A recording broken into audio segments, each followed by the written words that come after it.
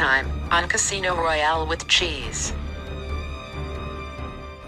I actually thought about going over the plot and then kind of doing what we did with There's Something About Mary, just kind of talk about our favorite parts.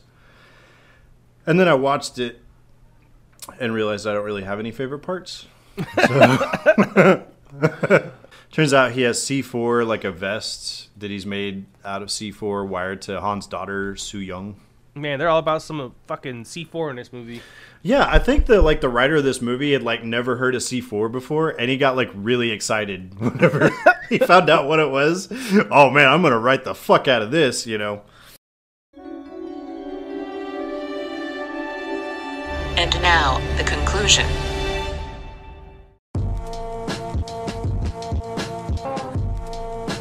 Houston, we have a problem. I have a really bad feeling about this. A boy's best friend is his mother. Hasta la vista, baby. Nobody puts baby in the corner. Roads? Where we're going, we don't need roads. Frankly, my dear, I don't give a damn. Silent Green is people! Yo, Adrian! Adrian! Let's put a smile on that face. I gotta warn you, Clark. They don't play the same games here as they do at them regular casinos. Royale, too.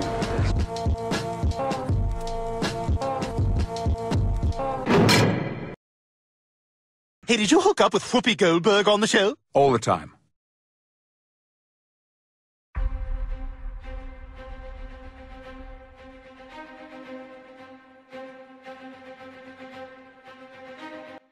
Welcome back to Casino Royale with Cheese. This is episode number 36 of the show where we discuss movies that were number one at the box office exactly 20 years ago.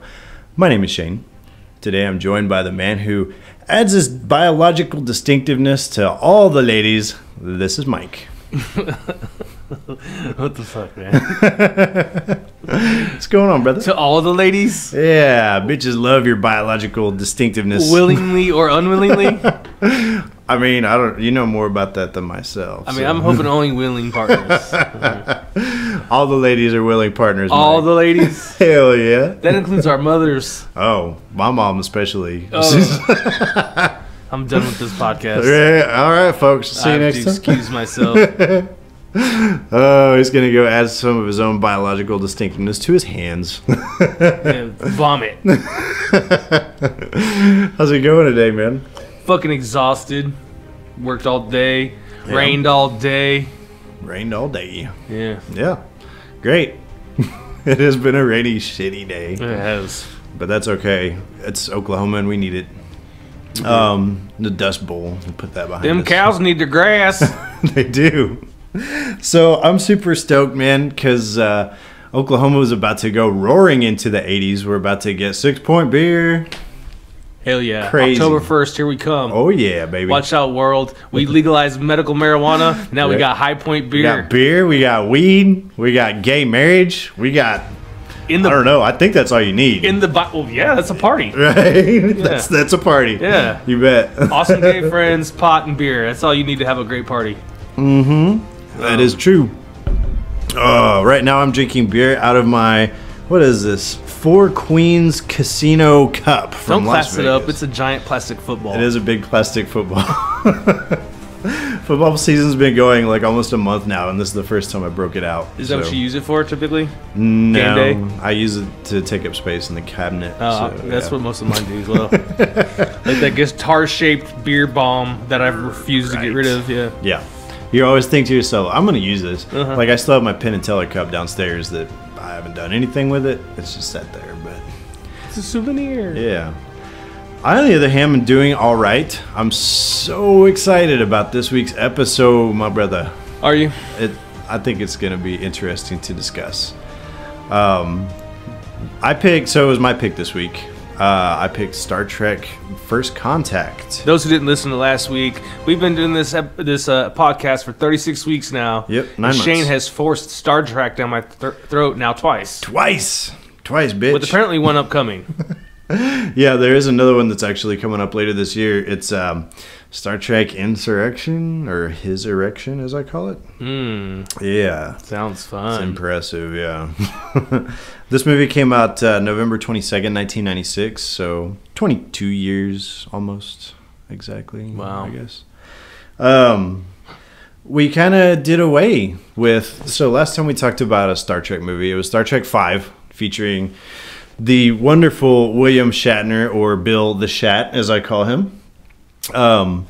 And we've pretty much done away with all that original series stuff by the time this movie came out. Have we? Well, so I'm gonna, and I hate to do this to you because you commended me last time we talked about Star Trek because I didn't nerd the fuck out, but I'm gonna have to nerd the fuck out for a minute. I'm gonna take a short nap. I mean, you know when you're done. Yeah, I'll let you know.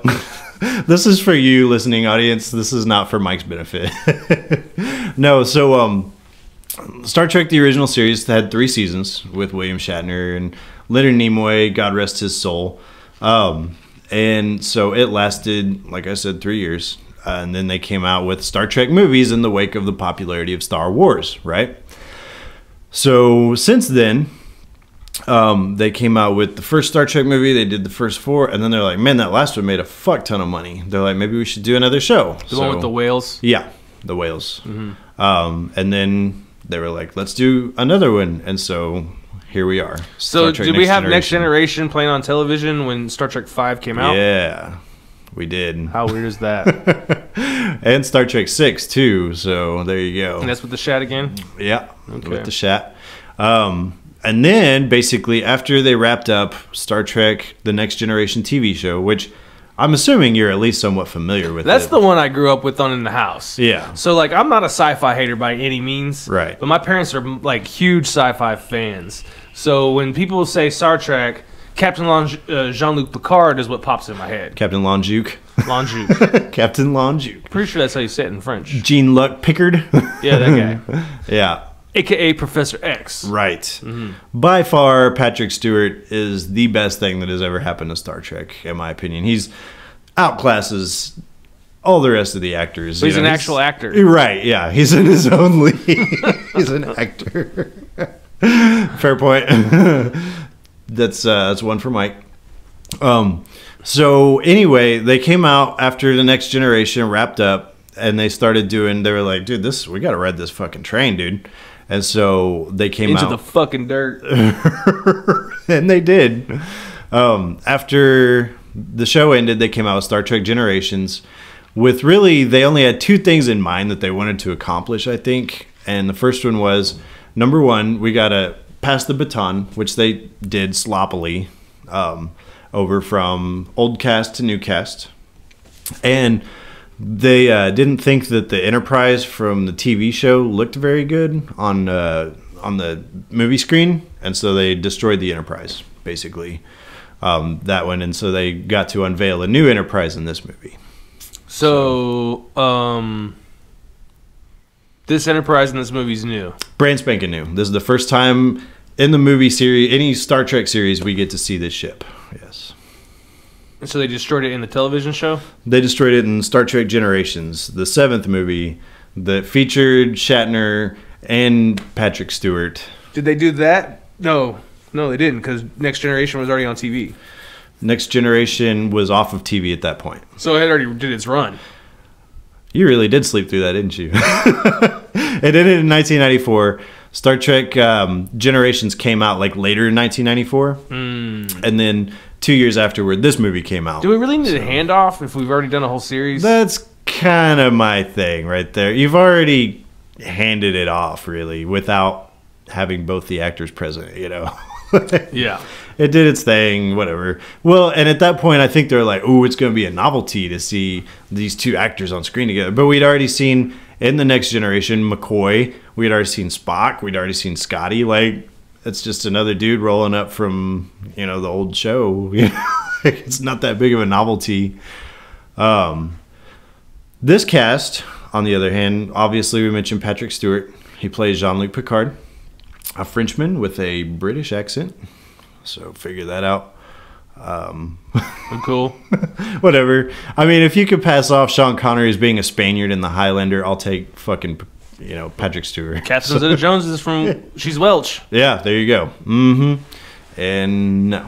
But, anywho, what else do we have? We had Brent Spiner. He plays the android Data. Oh, okay. I know that guy. Right. He was found on a planet where basically the inhabitants of the planet had been eradicated by like this giant space being, and he is basically found by the Federation or like Starfleet, and he decides to join Starfleet. Starfleet didn't make him. No, it was an independent dude, Dr. Noonien Singh, that created him. Okay. Yeah. We've got William Riker. He's the first officer. He plays the trombone. Number 1. Yeah, number 1. I think of Beavis and Butthead, where it's like they're doing the whole like parody of Star Trek, and he's like, number 1, go take a number 2. Like, I think of Austin Powers, who's your number 2. Right, who does number 2 work for? Yeah, all that shit. Let's see, Deanna Troi. She's the ship's counselor, which, I think that it kind of shows the captain might be a little mentally unstable whenever he's like has to have his like psychologist right next to him whenever he's flying around in space or whatever. Yeah, she's always there. Whatever. Yeah. Basically, I think that because they didn't give her anything to do. Which one is that one? The dark-haired one. She's the dark-haired with the boobs. Yeah. She's a woman, bro. Right. Some women don't have boobs. It's true, but that's not how we identify women. Well, the only reason I say that is because in the show they gave her all this low cut like crap just to try to like showcase her cleavage and all that stuff. So okay. Anywho, we also have Dr. Beverly Crusher. That's the other one. The dancing doctor, yes. Dancing doctor. There's an episode where she teaches Data how to tap dance.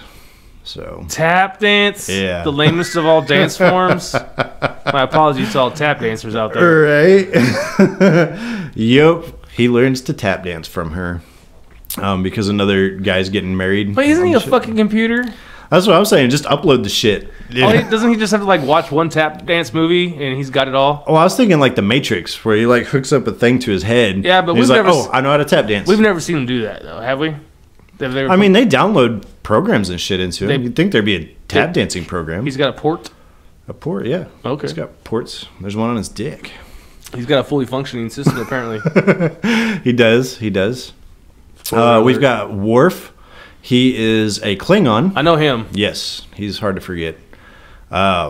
He is a Klingon whose parents were actually killed by Romulans. And so he was adopted early on in life by this extremely Jewish couple on Earth. And they always, I mean, seriously, hearing them talk, it's like watching an American Tale, like Fievel's parents, Oh, really? Yeah. Nice. That was played by Michael Dorn. Of course, Beverly Crusher is played by, I don't know, whoever. Marina Sirtis plays Troy, Deanna Troi. Okay. Jonathan Frakes plays Commander Riker. What's interesting, Gates McFadden plays Dr. Crusher, but Jonathan Frakes actually was the man to direct this movie. He was, they made it kind of a tradition where like cast members in Star Trek, they let him like every so often direct an episode or whatever. Mm-hmm. And apparently his kind of stuck with him, and he's kind of had a little bit of a directing career since then, but a lot of on TV stuff. But he basically went on to direct this and Star Trek Insurrection afterward to moderate success. Good for him. Yep. So go Jonathan Frakes. What else am I forgetting? So in season 2 of The Next Generation, there's this omnipotent being who, you've seen the show, so you might remember him, Q. He's like omnipotent with super abilities and shit. He can basically do anything you can conceive. He sends him to the other side of the galaxy in the Delta Quadrant, where they encounter the Borg for the first time. Not to be confused with the Bravo Quadrant. Right. Well, they call it the Beta Quadrant. Beta. Star Trek. My bad. That's where the Romulans are at. Okay, is there a Charlie Quadrant? No. There's Alpha, Beta, Delta, and Gamma. The galaxy's broken into 4 different pieces. Depending upon, But the Delta Quadrant's like 70,000 light years away from Earth. So they're launched out here. It would take who knows how long to get back, but they're out there light years? instantly. Yeah, well, like 70 years or some shit, because they actually travel faster than the speed of light. They say like warp 1 is the speed of light, warp 2 like it's exponentially faster, and so by the time you get to like warp 8 or 9, you're going that many times faster than the actual speed of light. Do you find this in like the Nerd's Guide to Star Trek, or how do you know this kind of stuff? I want to say that there was like they put these little trivia facts on some of the Blu-rays. And I think I turned it on while I was watching one of the Star Treks. So you watched all of them? Yeah, I watched them all with the little like ticker at the bottom with the trivia shit. Now with bonus extras. Right, yeah. There, now we can charge you an extra $40. Fucker. Anyway, in season 2, they encountered the Borg for the first time. Basically, they get to the Delta Quadrant. They're like, let's check some shit out. By the time that they encounter the Borg, they're like, well, we can probably try to talk to these. I mean, they are the Federation after all, let's make friends with these dudes. And they proceed to get their asses handed to them, and then they like beg Q to like send them back to home, basically. And so anyway, they make it back home, and we don't even see him again for almost an entire like season and a half. The Borg? Okay. Yeah.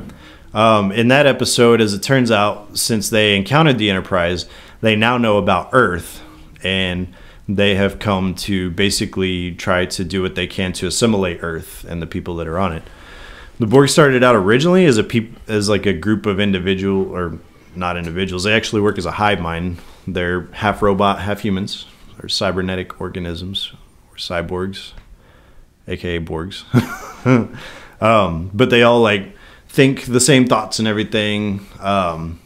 And I guess originally the idea was that they would encounter a new species or whatever, and they would go through and be like, yo, let's steal their technology and like add it to our own. But by the time that this movie had come out, they kind of changed their motives a little bit, and they were like, well, we want perfection, and we're trying to help the rest of the galaxy obtain perfection by assimilating it, and then we'll take their technology in the meantime and shit. So they're just like a world conqueror. Yeah, pretty much.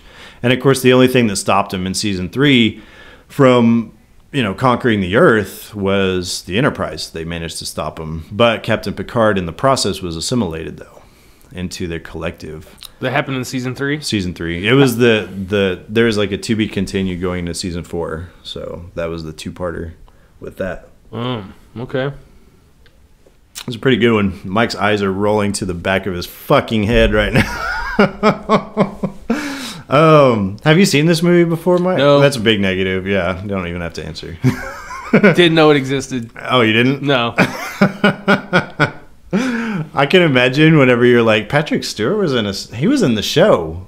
They only made Shatner Star Trek movies. Yeah, like I said, I knew Patrick Stewart's Next Generation. My parents watched it. Yeah, like no idea. But I didn't watch it with them. Oh, okay, fair enough. Be like, hey, I need $5, and that would be on the TV in the background. I got you. So, basically, that's kind of the history, the main bullet points of Star Trek up to this point. Thanks for getting us in there. Right. Well, one thing about so this movie, it kind of explains it, but it's in such a way so that you don't have to watch it beforehand, I don't think. Okay. But if you have seen it, then you obviously are able to accumulate the pieces a little bit better. Uh-huh. This movie is written by Ronald D. Moore. I don't like the screen. I can't hardly see. Oh, my bad. I'm like fucking 6 inches shorter than you, Shane. I'm having to fucking sit up on my fucking. Well, I'm in the lower seat. You're in the higher seat. You should give me like a phone book. A phone book. I threw those out, homie. Oh, man. Why do they even make phone books? Money. Everybody's talking about saving trees and shit. When's the last time you thumbed through a phone book to look for anything? Yeah, exactly. But if I make a book that people will pay to have their ads put in and their billboards and all that shit put in there, I'm gonna keep making that book. I mean, that's valid. I think that if you're paying to have your ads in a phone book, you're a fucking idiot because nobody reads that shit. Like my parents, there's like 8 people in Tulsa that read that shit. But your parents do? I doubt it, even at this point, honestly. I think we're probably like people who voted for Trump. They probably read the phone book. I don't know. Older white people. Older white people. Mm-hmm. It's entirely possible. So this movie was written by Ronald D. Moore. the deal is with him, he was like a staff writer for Star Trek: The Next Generation, but he went on to he was actually like the showrunner for Star Trek: Deep Space Nine. He wrote a little bit on Voyager, and then he like broke off completely. He was like one of the writers for Mission Impossible 2, and he actually went on to be like the showrunner for Battlestar Galactica. That was like his baby, his pet project. But what's cool about this dude, though, is I guess he was doing a tour at Paramount. So Battlestar Galactica, I think we've said this before, it's part of the Star Trek universe? Not at all. It's not? Okay. No, it's unrelated. What's cool, though, about it is, so I guess he was doing like a tour of the studio, like the set for Star Trek: The Next Generation, and he saw a producer, and he had like this stupid fan script that he like handed to him or whatever. Didn't hear anything back. And then like months later, they wound up hitting him up. They like called him on the phone. They're like, dude, we read your story. It's pretty fucking good, you know? They're like, what else you got? And so they hired him on to be one of the writers for Next Generation, and then he's made a career out of it, which is cool. Yeah. That's cool. Regardless if you're a big fan of Star Trek or not, that's a cool story. Yeah, absolutely. So, the score, once again, we've got Jerry Goldsmith. Fantastic. Good old Jerry. Yeah. You don't even remember the last time we talked about him. Of course I do. When we talked with Star Trek 5, right? Yeah, it was. Yeah. That's good. I'm glad that you put that together. Thank you. I remembered. Yeah, I'm proud. Do you want to talk about... well, let's see here. Let's do some numbers, Mike. Was it ever fucking number one? You tell me. Do you think it was? No. Well, it was. You're a big old hater, dude. This movie was made on a budget of $45 million, which actually, that's pretty good, I think. Yeah. It looks really good for $45 mil. Rubber metal's pretty cheap to make, though. Rubber metal is cheap to make. Yeah. That's true. It was number one for 1 week. Just got it in there. Yeah, it did. So it's cool, crazy though, because it was like first week, first place, second week, second place, third week, third place, and then it jumped to like seventh and so forth down the line. How much do you think this movie made overall in the United States, Mike? You said it was $45 million budget? Yes. I'm gonna say it made $35 million. No, in the U.S. it made $92 million. Wow. Just over 92. So. Wow. Pretty. I mean, for a Star Trek movie. What was playing during those weeks that it was number one? I'm curious. So I actually looked that up a little bit. What kind of competition was this movie that I did not know existed? The movie that dethroned it at the box office was what was that thing? 101 Dalmatians with Glenn Close. Great movie. No, it's not. That was a fucking piece of crap. It was Disney's first attempt at live action. It was. They've I don't know if basically made that their moneymaker now. I don't know if that's true, but it was an early one. It was an early one. Space Jam was out. Space Jam is a great movie. No, that's really not. This relationship is over. Jingle All the Way. That's a dog shit movie. I don't know that one. With Arnold Schwarzenegger, where he's after the Turbo Man doll. Oh, and Sinbad was in it. With the Turbo Man doll? Yeah. I love that movie. No, wait. That's not Last Action Hero? No. Last Action Heroes where he's like comes out of the movie. Oh, yeah. Turbo Man doll was the actual toy he was trying to buy for his kid. Right. Okay. And it was like the hot toy of the season. Yeah, I remember. Yeah. Okay, yeah. Not good. No, it was fucking stupid. The English Patient, I guess, was still out. I think it won an Academy Award. Yeah, it did. I think it was Best Picture. I don't know how I remember what movies won awards and what actors won awards, but for some reason, I guess I pay attention to the Oscars. Who knows? I guess. Because I remember all those. Independence Day was out. Love it. Romeo and Juliet with Leo DiCaprio. I like that movie. I like that movie. I actually have the DVD, so figured that out. But so I guess there was some stiff-ish competition. Nothing crazy though. 101 Dalmatians. Kids movies always do well. Yeah, they do. Especially because this was like a late November, so parents it's the always family season, yeah, Christmas time. Parents always think like I can go get 2 hours of like chill time. Right? Maybe they'll shut up. It never works. No. Then you're like, what the fuck, dude? Yeah, you go in there and pump them full of candy and pop. Yeah. Wonder why they want to fucking sit down. Right. Yeah. Oh, great. He's doing fucking cartwheels in the aisle. Why do you have to pee? Probably because she drank 64-ounce yeah, pop. You got her the large, motherfucker. So, there's that. But anyway, do you want to talk about Star Trek First Contact, Mike? Are we being honest? We'll say yes. We'll say yes. Yeah, sure. Go ahead. Okay, yes. We'll say yes. You do want to talk about? Okay, that's more than I expected. Anyway, movie opens. We get an awesome credits with the score in the background. Yeah, It's amazing great. blur effect. Fantastic. Oh yeah, that's really nice. No, we see after the credits, Captain Picard. He's wearing his old Next Generation uniform, and he is inside of a Borg ship. And it pans back, and this fucker's huge. Okay, so here we go. Right off the jump. You said you don't really have to watch the show to know what the fuck is going on. Bullshit. Why the fuck is he in a Borg ship? It's when he was assimilated. I didn't know that. You didn't know that. Well, he explains it later to the... Well, he says it 100 times later. Right. But at this point, you're not sure. I'm like, what the fuck? Right. Yeah. Okay. I got you. Go on. Anyway, so he's being assimilated by the Borg. This is just a flashback or whatever. Mm-hmm. He tells the Enterprise his name is Locutus, and then they're getting ready to like stick this drill bit in his eye, it looks like. And he wakes up, and it was all a dream. He gets up, washes his face, and he notices this little bump moving around on his face, and then all of a sudden this Borg like piece of machinery pops out of his cheek, and then he's like, what the fuck? And then he wakes up. So you had double dream. I hate that trope in movies. I Dream think it's inside a dream. Fucking stupid. What is this, Inception? Come on. Yep, I agree. I don't like that shit either. No, that is pretty fucking weak story. But see, as someone who had never seen Star Trek, I'm watching this thinking, oh, he's using some of his Professor X skills, and he's seeing to the fucking future and shit. Let's get Wolverine in here, kill some fucking Borg. Yeah, well, I think he had a vision. Mm-hmm. That's when I watched this. I thought he had a vision. I was like, is he fucking psychic? When did he get that skill? Right.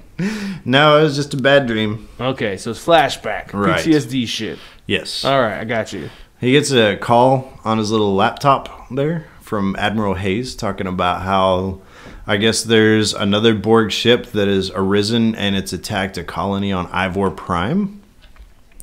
And he's like, yeah, I know it's the Borg. And then we get to see the new ship. It's got that new car smell. I love it. I think it's a cool looking ship. It looks cool. I didn't notice it looked any different than the original. I'll show you the difference later, but yeah, it's pretty different. Okay. But anyway, he tells his bridge crew that the ship is going to cross into Federation space within an hour. But then everybody's like, all right, let's go kick some fucking ass, you know? And then even Geordi, I forgot him. He's the engineer. He's the one that's blind that they put that Yeah, where's his fucking visor? They put ocular implants. Where is Reading Rainbow's visor? My wife always calls him Reading Rainbow, too.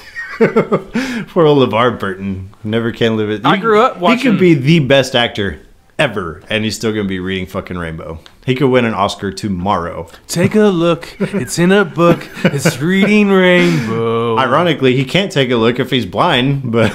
I can do anything. Except sing. I think it's actually I can go anywhere. Well, they say it twice. There's two like times? refrains. Yeah, Okay. so they say each one. Pretty good pulling that from third grade memory. Yeah. I think I might have watched that show recently, actually. I watched it a lot in elementary school. Like, they would put it on in our class. Like, we would have, like, TV time. Your teacher's hungover. She's like, fuck it, just watch this shit. No, it was, like, one of our lessons. Ah. And it's only, like, 30 minutes long. Yeah.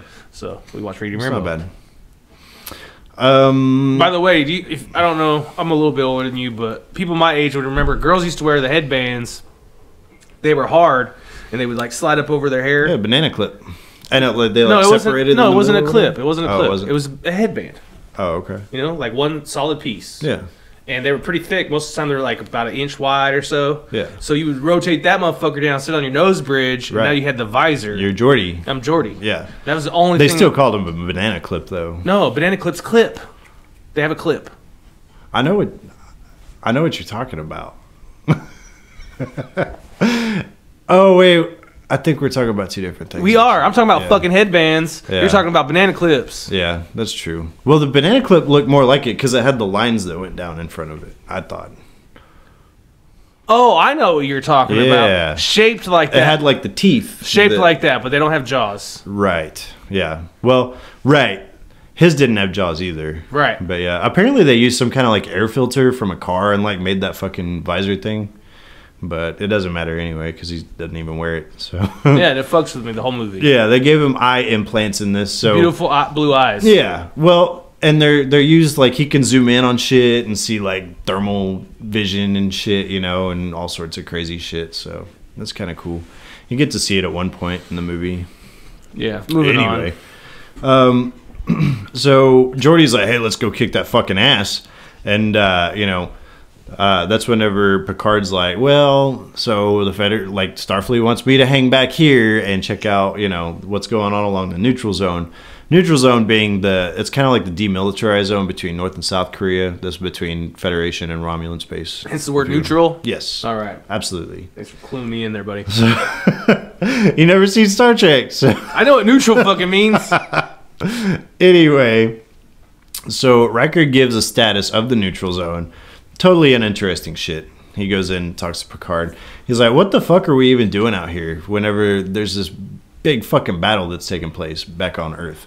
And he's like, well, you know, they completely are cool with, you know, the Enterprise and her crew and her ship and all this stuff, except for the captain. They think that I'm a vulnerability because of my experience. And then they get the word that the fleet has engaged the Borg.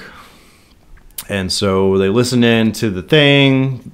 The fleet basically gets its ass kicked, and that's when Picard decides to intervene. Immediately decides to disobey orders. Right. Didn't take long. 30 seconds. Right. You gotta act fast, man. I guess. Did he act like this in the show?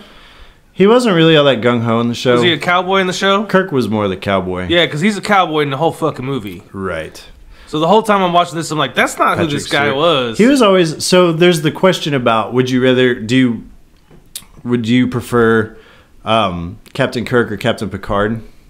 And I'm always like, I always put it to the bar fight test. Like, if you're... Basically, there's no way of avoiding a bar fight, then you want to go with Kirk. Because he'll fucking take his shirt off and start whipping that ass. Mm-hmm. If you're trying to talk your way out of it, you go with Picard. Because he's more diplomatic, you know? Yeah, but in this one... He's just Picard's doing whatever. Straight bar fighting. Yeah, he is, man. Doesn't give a fuck. It was so out of character. And I'm not even familiar with the show that much, but I knew that was out of character. Well, it's just not Patrick Stewart, you know? He's more elegant, I guess, you know, than... Well, thank you for backing up my first problem with this movie. Well, that's fair. So, right after that, we cut to where basically the battle's taking place. We see the Borg cube being attacked by all the Starfleet ships. Yeah, I like the cube. Yeah, it's a cool design. Because all these other ships have like these warp engines and shit coming off of them, and this is just a big fucking wall in space, you know. The fucking thing that messes with me in this scene though is like all the starships, they're like flying around like they're fighter jets. Yeah, they are. I've never seen a maneuver like that before. That actually gets worse before it gets better. Like in the movie Star Trek Nemesis, these guys are flying around like it's something out of a bad Star Wars prequel, you know. It looks like fucking shit. Everybody knows the big ship goes slow and makes long turns. It just lumbers around like a bunch of little ships come off and they move fast. Yes, sir. That's correct. Not in this scene. Nope. We see Worf. He's on the Defiant. So the deal is that Star Trek Deep Space Nine was kind of tanking, and so they brought in Worf to try to up the viewers count. And so the Defiant was a ship that basically was stationed on the Deep Space Nine space station, and so he took it out. It was basically specifically designed to fight the Borg. When we did the Star Trek V, did I tell you my history? I don't know.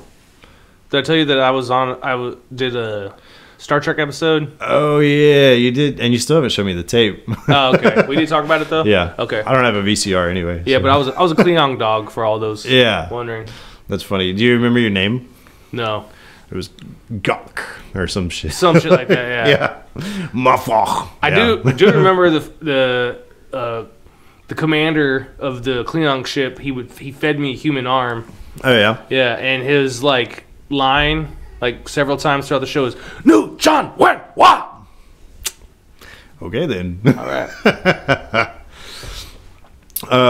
The Defiant's getting its ass kicked, And so basically Worf decides he's going to fucking do a head-on collision with that motherfucker, do as much damage as he can. No, Worf's just pounding the fucking control board. No, he said prepare for ramming speed. He's like, oh, he's just punching his board. Yeah.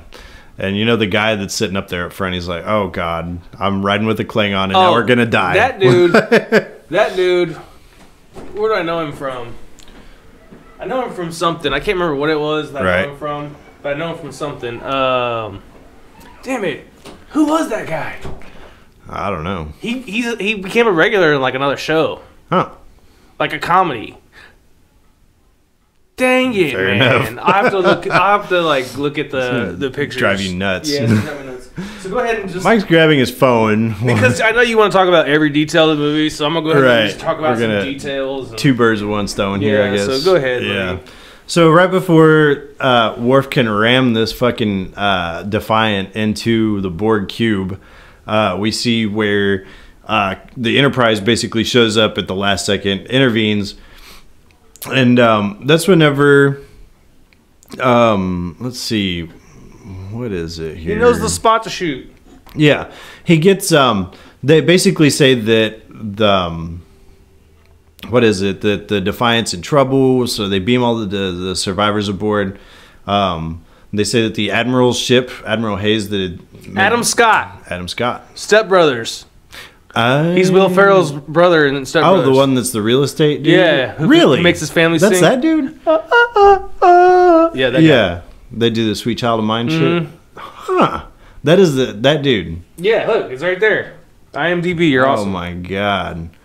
That is crazy. I never would have put those together. I love Step Brothers. Yeah. Like, it was a funny movie. Top 2-3 comedy of all time for me, personally. Yeah. So as soon as I was like, "What the? That's from Step Brothers. I know that guy." He looks like he's in better shape now than he was back then, though. Like he was younger and thinner. That's true. So he's probably hungry as fuck. Yeah, that's true. And then there was a lot of that throughout the movie for me, by the way. Like, Seeing I know that person. I know that person. Like Hawk. Oh yeah. Yeah.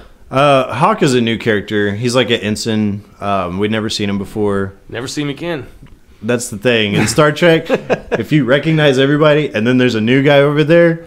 Well, wasn't it like the red shirts or blue shirts? It was red shirts. Yeah. Red shirts. Right. Anyway, so Picard hears these voices in his head. Yeah, dude, I don't like this shit. Well, you can assume there's some kind of Borg implant that's still like feeding him info somewhere in there. I don't like the whole. So that whole scene where he knew where to shoot on the Borg ship. Yeah. All right, like Jada's like, Captain, this seems to be a place of unimportance. You know that they're targeting or whatever. Right. And he's like, trust me, I know. Right. And we get that the whole movie. Just him being omnipotent. Yeah, basically. I know what I'm talking about. Right. Pretty sure. Shut the fuck up and do what I said. I'm more of an expert. I mean, I was one of them for a while, Right. so I kind of know what I'm talking about. Right. I get a lot of bro science in this movie. Bro science. I like it. That's the only time you'll see Picard like mansplain to Data. Yeah. But so anyway, all the ships, they attack this one spot, and basically the ship goes up in smoke. Man, there ain't nothing left. Yeah, he's right. Yeah. Not before a little ball escape, though. Mm-hmm. Little shuttle orb escape pod. Yeah, they call it the Borg sphere, if you will. Borg cube, Borg sphere. That's real creative. Yeah, they were all up. Fucking, they were really up night working on that one. Go geometry. Yeah. Jesus. What other 3-dimensional? Right. Can we get a pyramid? Borg cylinder? No, that's stupid. Yeah. Damn. What else? I'll think about it. I'll call you. Yeah. Let's sleep on it. How about a Borg hexagon? That's not 3-dimensional. Oh fuck! Shit.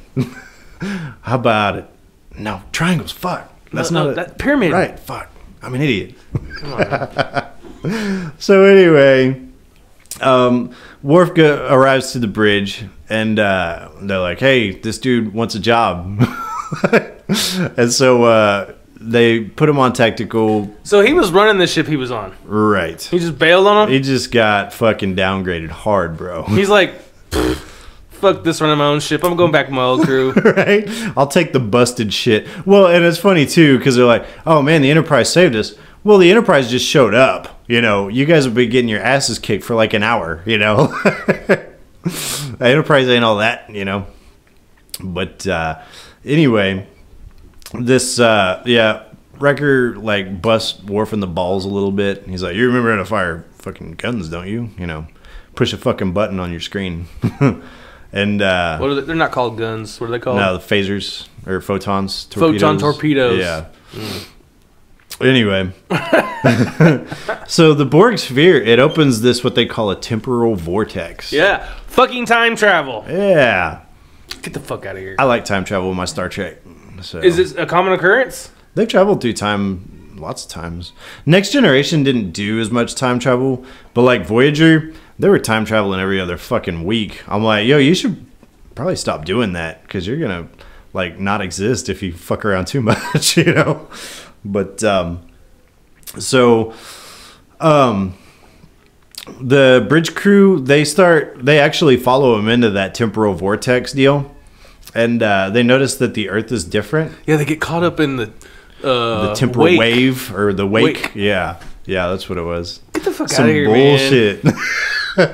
Basically, we need this to happen, but we're not sure why it's happening, so we're just gonna fucking bullshit our way through it, you know. So I'm gonna go out on a limb here and say right now, a lot of this, there's a lot of bullshit in this movie. You think yeah, so? But I will say that I'm able to excuse a lot of bullshit if I like the story. And so you're able to you allow a lot of bullshit to go because you're a fucking Star Trek fan. Well, this is one of the better movies in the franchise. What? Yeah. Oh, it is. Boy. I mean, there's no Wrath of Khan, but it isn't good.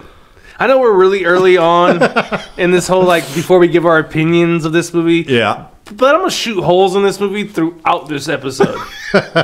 There's so much bullshit. You want me to just point out one real big one for you? Please do. What's the name of this movie? First Contact. Well, Star Trek First Contact. Okay. So they named the movie after the subplot. Yeah, that's pretty bad. Because the main plot of the movie is the fight with the Borg. Takes place on the ship, yeah. The fight with the Borg. Right. But that's what everybody came to see. You see the Borg in the previews, you're like, oh. It's called First Contact. Right. That doesn't really... The First Contact is kind of an afterthought. It doesn't really have that much to do with the overall plot of the movie. You could go the whole movie without that. But you just have to have a reason for them to be there. To give a fuck that the Borg went to the past, yeah. Right.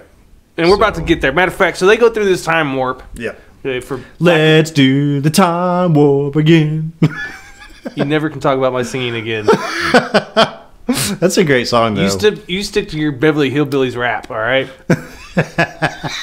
I actually thought about doing like a Star Trek recap when song form this week, and then I was like, I ain't got that kind of time. Oh, I would have got to see that one live, though. You would have. Damn it! I'll sing you the Beverly Hillbillies later. What was the one you did the recap? Lethal Weapon. Lethal Weapon 4. Yeah. So the Lethal Weapon rap, we were on Skype, so I didn't get to see it performed live. But we're sitting in person tonight, so I would have been. Damn, I'm disappointed. Live performance, yeah. Next sucks. time, right. You owe me a live performance, Shane, to the tune of Beverly Hillbillies. We'll come up with something. It wasn't going to be the tune of the Beverly Hillbillies. I was actually thinking of like Surfing USA or something like that. I'll let you be. You're the creative mind here. Well, you know. So, anyways, they go through this time warp, right? And immediately they're like, "We're in sometime in the mid 21st century," right? And fucking Captain Dick Card says, says, oh, what's the date? Right. It's exactly the day before humans made first contact with extraterrestrial beings. Right. How fucking convenient. Well, that's why they went back to that date, the Borg ship, though, so they could stop first contact. Yeah, but how convenient that they got caught up into the wake and that. Oh, it's super convenient. But, you know, overall, I'll take it because I like the why story. Are we still here?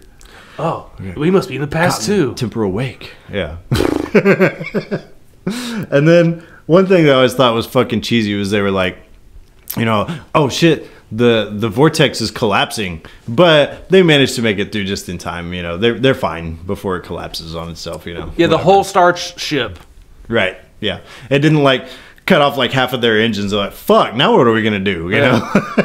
Cut the bridge in half or something. Yeah, they've got like that back into their warp engines are in like the fucking, 22nd century. Shit, dude. You might be in a lot of trouble now. Is this when we get to see Earth for the first time? I think it's right before that, yeah. They definitely saved some money on the budget for Earth. Yeah, it's pretty weak. They put like a couple of travel trailers out in the middle of the woods and called it good. I think they used the same plot of land they did Star Trek 5 on. When they were camping and singing. Yeah. Same plot of land. Getting drunk and talking about farts. The studio must own like that part of the land or something. Right, yeah, out in Yosemite or It's whatever. exactly the same.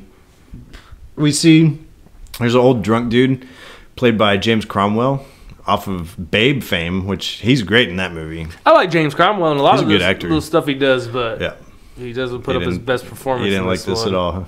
I hate it that it makes it sound like I'm such a Star Trek hater, but they've given me nothing to like so far. Fair enough. He stumbled around this settlement with a woman, this lady named Lily. I've seen her before too. She was in Black Panther. Oh, was she? Yeah, she's in other stuff too. Obviously. I still haven't watched Black Panther. It's actually a really good movie. That's what I heard. Yeah. So all of a sudden they look up in the sky. There's a star-looking type deal that's moving around, and they just start getting their butts fucked. You know, they're hurling these torpedoes and shit at them. So this is super advanced technology. Yes. And they're hurling these laser things. It's a photon torpedo. Off a Borg ship. Yes. Okay. And it's the equivalent to like a Hellfire off an Apache. Basically. It didn't even blow up the bar. Yeah. They're fine. They put a hole in the roof. I think they show a little bit later, they're like, oh man, look at all this damage. And it's like one room that basically got butt fucked, you know, and then like that was pretty much it, you know, the extent of the damage. So she tells him, we got to get back to the Phoenix. And he's like, to hell with the Phoenix. We don't even know what that is yet. Anyway. So dude, check this out. Yeah. She is in 12 Years a Slave, Okay. Captain America, Luke Cage, Empire, Series of Unfortunate Events. Okay. The show or the movie? I'm gonna go with this the show. Okay. She plays the same role in these movies in the Marvel universe. Right. Her name is Miriam. I figured. In the Marvel universe. So like, I mean, like she ain't no chump. Like she's been in a lot of stuff. Yeah. Got some shit going on. Mm-hmm. No, I think her acting is really good, even in this, even if you do hate it. No, she is good. Yeah, I think so. She's the most believable character in the movie to me. Yeah? Yeah. There's some looks of, like, desperation and stuff on her face that we see, and I'm like, damn. Yeah. Like, she pulled it off. So, the Enterprise notices that this Borg sphere is shooting at this spot on Earth. So, the Enterprise blows it up real quick. And it turns out that they're shooting this missile silo complex in Montana. I wrote down April 24th, 2063. Or April 4th. This is the exact location that we made first contact. Right, the day before. So the Borg came to stop first contact, obviously, as you can tell. The whole idea, I guess, is that basically, you know, in the Earth, the only thing that prevented, you know, the Borg from capturing the Alpha Quadrant was Earth. And so they're like, if we can prevent them from being an obstacle, then we would have an easier time conquering them later on in the future, you know. Assimilate now, so we don't have to worry about them later. Yes, absolutely. So they go to the planet, try to check out and see what the damage is. One thing I think that's funny in this movie is Picard's like, computer, replicate mid 20th century clothing. And I'm like, you didn't say where? You didn't say who the computer was replicating it for. You didn't say what genders they were. Like, is the fucking computer just gonna like replicate clothes and like throw them in the hall or some shit? Like, no, it puts them on them apparently. Yeah, that's not a thing. It like beams your clothes. What a waste of electricity, dude. Put your own fucking clothes on, you lazy fuck. I guess. I don't know. When they teleport back, they still have the clothes on. Yes, they do. So no. Oh, you're saying when they teleported down, it like changed their pants for them? When they teleported down, yeah, no. They walked into the teleporter. No, they walked into the elevator, the turbo lift. Oh, well, they immediately teleported after that. Yeah, it jumped ahead to when they were on the planet. Why wouldn't they show the teleporter? That's the cool thing about Star Trek. You don't even watch Star Trek. But I've seen the... It showed them when they beamed down. Yeah, you guys shows both ways. They didn't. Whatever. Okay. They're like, we got a movie here to shoot, dude. We're not even a quarter into this fucking thing yet. No, we're not. We're almost still in the opening scene, pretty much. Just about, yeah. So they go to this missile silo where this Phoenix is supposedly at. And the lady that was with the old dude, Lily, she's down there, and she basically has a gun with her. Yeah. She winds up shooting Data a bunch of times and then passes out. She has radiation poisoning, I guess. Dude, she lights Data the fuck up. First, she sees Picard and Data up on the scaffolds. Right. So she shoots at him with her assault rifle. Right. I'm not sure. I think they try to doctor like a Tommy gun or something. They doctor it to try to make it look more futuristic, but it's basically like an AR-15. It's a space gun. Yeah. And fucking then Data's like, I got this, and he jumps down 30 feet. Like, I want to say 40, but yeah. Okay, we'll go 40. Doesn't make a big difference at that point. Not really. And he fucking lands on the scaffolding, jumps down to her, and turns her back to him because I guess he's less vulnerable in the back. I think it's just the way he landed. Oh. Well, she lights his back up, and he turns around and is like, hi, my name is Data. Right. Greetings. Yeah. I'm not here to hurt you. Right. And then she immediately passes out. Whoop. Yeah. And he says, this woman needs medical attention. Right. What I think is funny is, so Dr. Crusher shows up, and she's like, oh, this lady has radiation poisoning, and gives her a shot. Okay, so we can cure radiation poisoning with the shot. You still can't do anything about Jean-Luc Picard's hair. I'm just going to float that out there. That's funny. It's true. I like that. So anyway. Yeah, she inoculates everybody else, by the way. Right, yes. LaForge goes down to the planet, to the Earth. He talks about, because he's going to help try to repair the ship. I guess it got damaged when the Borg were shooting at it. And he talks about how it's getting a little warm in here. And so he's like, hey, you go check out the environmental controls. Is Geordie's last name LaForge? Yeah, Geordie LaForge, yeah. Okay. Yep. Yeah. So the AC's broke. Right. They could have called me, but whatever. Tulsa Tech in the house. Yep. I show up with my fucking voltmeter and shit. Did you check the capacitor? I don't know anything else about it. So did you check the jumper on it? Right? I messed that up once. Did you turned it on, right? I mean so Picard and Data, they're checking out the ship, and then Troy shows up. She tells him that Cochrane's not anywhere on the ship. He might have died. And that's when we cut back to the Enterprise, and there's these two engineers that are checking out the environmental controls. We do a lot of this jumping back and forth shit, by the way. It is. I think it's kind of jarring, too. It really screws up the pace, Especially for the first half of this film. Yeah. It's back and forth, back and forth, back and forth. Mm-hmm. All the time. Yeah. But, see, the thing is, so, to me anyway, I find the A plot with the Borg stuff infinitely more interesting than I find the B plot with the First Contact stuff. And so anytime they jump back to what's going on with the Phoenix and Zephyr Cochrane and all this shit on the Earth, I'm always like, I don't really care. You know, like, I just want to see more humans getting attacked and stuff, you know. Like, that's what I find most interesting about it. So, you know. I mean, I get what you're saying. But you didn't care about any of it. So I have my reasons. I'm trying not to jump the shark too much. Okay, fair enough. So, Picard hears these voices in his head while he's on the Earth's surface. He calls up to the ship, and Worf tells him the ship's fucked up. Tells him that their environmental systems are all out of whack. AC's out. Yeah, that's basically it. And then we see something attack the sick bay, where Dr. Crusher's helping that Lily chick. Well, you skipped. I distracted you. You skipped over the part where fucking the techs are looking at the AC. Oh, that's all I was gonna elaborate, but yeah. Yeah, these two techs are checking the AC, and they get murdered by something off camera. Right. And of course, he sees something, you know, off ahead, and he's like, "Hey, is that you?" And she's like, "Are you talking to me like that?" And then he like crawls out of frame of the camera or whatever, and you hear this mechanical, and then he's like, "Ah!" Yeah. Yeah.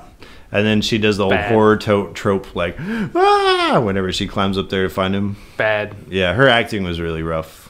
The lady on there. Anyway, so they talk about how, I guess, Picard beams back up to the ship after he hears that Worf's message about how the ship's fucked up. And he says that Deck 16, they've lost communication with it. It's 39.1 degrees Celsius in engineering. And Picard's like, oh, like a Borg ship. Is that more of that clairvoyant shit that you're talking about? Yeah. That you find annoying? Yeah. It's like they write these things in so that they don't have to do anything else. Oh, okay. So it's just an easy way to get out of jail. Yeah, like, well, how do we know that? Right. Picard knows. Oh, he was a Borg. So yeah, he knows. So he says that they don't have contact with the away team. The Riker, and I guess Riker at some point beamed down, even though he wasn't originally with them. Yeah, and it's fucked up because when they went into that elevator, it says number 1, you have the ship. Right. But now all of a sudden Riker's down on the planet. Yeah. But they never talked about why he went down or at what point he came down. Yeah, no. He's just down there all of a sudden. Yeah. Okay. Yep, fair enough. Whatever. So they say that the computer control is being rerouted through engineering. So they're basically using engineering to try to take over the ship. So Data locks the computer out with his little fast fingers. I like it. Yep. And then I can buy that. Yeah. Well, he's a robot. I can buy Data. Yeah. Until a point. Up to a point. I'm anxious to hear your take on it. So Dr. Crusher is evacuating all the people out of sickbay. I like the little EMH. It's the emergency medical hologram that is in sickbay. Yeah, he's a doctor. Yeah, so basically if your doctor's incapacitated, you like activate him, get him going. He showed up a lot in Voyager, but I like where she's like, I promised myself I'd never use one of these, and so it explains why she never used one, even though it's kind of a retroactive continuity, but whatever. It's played by Robert Picardo. Robert Picardo, indeed. That's another one of those guys. I was like, I know that guy. Yeah, he was on Voyager, but you never watched that shit. I never watched Voyager, but I saw him on some. He's been in other things. He's been in a lot of shit. He mostly shows up in like Joe Dante movies, like Gremlins and shit. Well, I definitely saw that. Yeah. So anyway, meanwhile they're crawling through these Jeffrey tubes trying to get out of sickbay, and the old gal Lily breaks away from the doctor's group of patients that she has with her. So here we get to the main plot of how we're going to try to get rid of these Borg. They're like, all these dudes are in engineering. Picard has this plan where what he's going to do is take a team of guys packing heat and take them down to engineering. There's a little plasma coolant tank that runs on like the side of the engine or whatever. All they have to do is puncture that, and I guess all the plasma coolant flows out, and it like basically eradicates like biological material. Yeah. Like skin and organs and all that shit. They come up with this plan in about 13 seconds. Right. He explains it in about 7. Yeah. And the crew's like, let's go. Cool, we got it. And fucking, meanwhile, Worf's had enough time to reprogram the fucking blaster rifle things. Yeah. So that because I guess the Borg learns.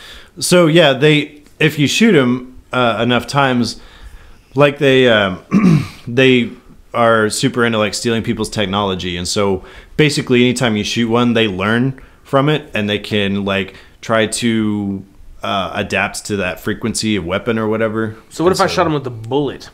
Well, we see that later. Yeah, we only we'll get there. Yeah. But anyways, they only have about 12 shots or so. Right, before they're gonna adapt. Fucking gonna do against the Borg army with 12 shots. Right. Well, you got to come up with other creative ways to try to take them out. You know. Well, good thing we got another hour and a half to figure it out. Right. Yeah. I probably would have taken the time to stop and be like, okay, this is what we're gonna do. Right now they're isolated just on level 16. Right. Well, so to better assess your question, so we see him later on in the movie. Picard shoots him with a Tommy gun. And you recognize Nicky the Nose, that holographic dude, I'm sure. I mean, I the one he recognize steals him. the Tommy gun from. He was the Donna's dad on that 70s show. Oh yeah, yeah, okay, yeah. Bob Pinciotti, yeah. But the thing is we see Picard shoot him actually with this Tommy gun from the holodeck, which is this room you can go into that basically creates this holographic projections or whatever. Yeah, they can make it look just like the Shining ballroom. Yeah, but he has this the ballroom from the movie Shining. Yes, that's what they're in. The Shining ballroom. Yeah, that's what they're in. I don't know if that was in the budget, man. It looks just like it. It kind of does. But so my thing about it though they never address if bullets, like bullets, will like infinitely take these guys out, because they can obviously adapt to like an energy weapon, but this is a projectile. How are you going to adapt to getting shot in the face? You know, right? So if it were me, I would have like gone over the replicator and replicated like a fuckload of like M9s or some shit, and been like, all right, here's a fuck ton of bullets. See ya. You know? I'm glad you said getting shot in the face. Yeah, because they never shoot him in the face. No. And you watch when they shoot these phaser rifles at them, it's always this like green glow around their chest that blocks whatever it is. Right. But if I aim for their head, it'll still block it. It will? Yeah. They had it on the show. It looked different, but it would block any shot. That okay. It's kind of like their own personal like shield. Yeah. I'll give it to your expertise. Begrudgingly give it. No. I mean, if they've established it before, I'm okay with it. Yeah, I got you. So we cut back down to the planet once again, and Troy has actually found this old drunk, and we find out that it's Zephram Cochrane. And yes, he was actually featured on the original show. A different actor, obviously. But he's in a bar. He's getting drunk. She's drinking with him just to basically talk to him, try to get whatever information she can out of him. And she's drunk as shit. Yeah, she's wasted. Terrible acting. Mm-hmm. Oh, that's drunk. Like actors and actresses that are told to act drunk oftentimes screw it up. I think they overact it. They really do. If it were me and they're like act drunk, I would just fucking put my head on the fucking bar and be like, go night night. Now I'm drunk. How are you supposed to deliver your lines? I don't know. That's how I act when I'm drunk, though. You just slur a little bit. Right. The point is, don't try to get any information out of me when I'm wasted. How about I take a couple drinks? There you go. Yeah. I'll be able to do it perfectly. There you go. So anyway, Riker walks in. And she's like, hey, I told him, our cover story, because they have a story that they're supposed to feed to this guy, whenever they get down there, because they're not supposed to tell him they're from the future and shit. And she's like, he didn't believe me when I told him. She said, I think that we don't have the time to fuck around with this dude. So we actually need to come out and tell him where we're from, what the story is, So they said, fuck the butterfly effect. Right, yes. So we cut back to the ship. They jump back and forth so much. Oh yeah, Picard's leading his team down to engineering. Data talks about how he feels anxiety. His story: he's been around humans for so long. He's actually has a desire to become more human, I guess. Data does, and so in the last movie, he had a emotion chip implanted, but here he has the ability to turn it off, I guess. Yeah. Fucking Picard tells him to deactivate his emotion chip. You need to quit fucking around right now. He just goes. Yeah, it's just fucking deactivated. Mm-hmm. Stupid. Anyway, Dr. Crusher's group shows up, and they're like, all right, we'll get these guys out of there. And she's like, well, that one lady, Lily, she broke off from us. So if you see her, scoop her up and send her my way. So anyway, really long story short, they make it all the way up to engineering. And Data tries to use the manual release to open the door. But okay, real quick before they get there. Yes. So the Borg walks right past the crew. Yep. Like, it's so stupid. Like, they show a couple of times throughout the movie, like the view of the Borg member. Right. And you hear so they'll have their phaser rifles up. I don't know what they're fucking called, but I'm gonna call them phaser rifles. That's what I call them. So they got their phaser rifles up, and the Borg cyborg guy says, "Lower your weapons." That's what Picard said. You're hearing it through the Borg ears. Oh, okay. Yeah. So he said, "Lower your weapons." Right. That makes more sense. Right. And then the Borg, he goes, they won't attack us if they don't see us as a threat. You're a group of people standing there with weapons. Right. Just because you ain't got it pointed at them. You look like a threat, bro. My thing is, these guys aren't supposed to be here. We're trying to do some shit down in engineering. Right. So you're automatically a threat if you're not a Borg and you're running around down here. And they abuse the shit out of that. Like, they won't attack us if we look like we don't look like threats. We're going to exploit the fuck out of this vulnerability. Yeah, they do it throughout the rest of the movie. Right. Yeah. And the Borg's a hive mind. Yeah. So at this point, okay, so let's say in this scene, the Borg doesn't know they're a threat yet. Right. Well, the following scenes, they're going to know, especially Picard. Oh, I saw that dude up there. Yeah. And it should be a deal where as soon as they see him in the next one, instead of 2 Borg follow, it should be the entire flock of Borg, You know, since they're a hive mind coming at him, you know, instead of a couple guys break off and do the thing. No. And these fucking Borg, dude, when they walk, it's like a rip off of RoboCop. RoboCop meets Frankenstein, I guess. Yeah. And their armor flexes when they walk. It does, so it's obviously made of some type of like polyplastic rubber compound. It's not metal. Right. Which is, it's supposed to look like it's metal. Yeah.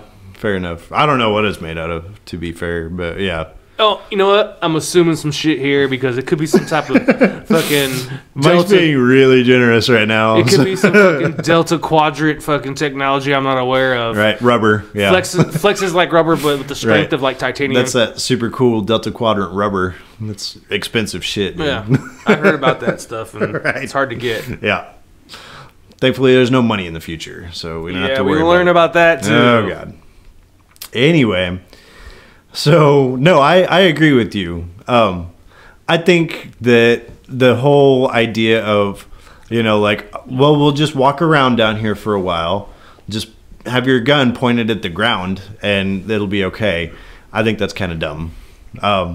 If I'm a Borg and I see these dudes running around, you're not supposed to be here. You are a threat, you know? And the funny thing is we see them assimilate people, like people that they have assimilated later on.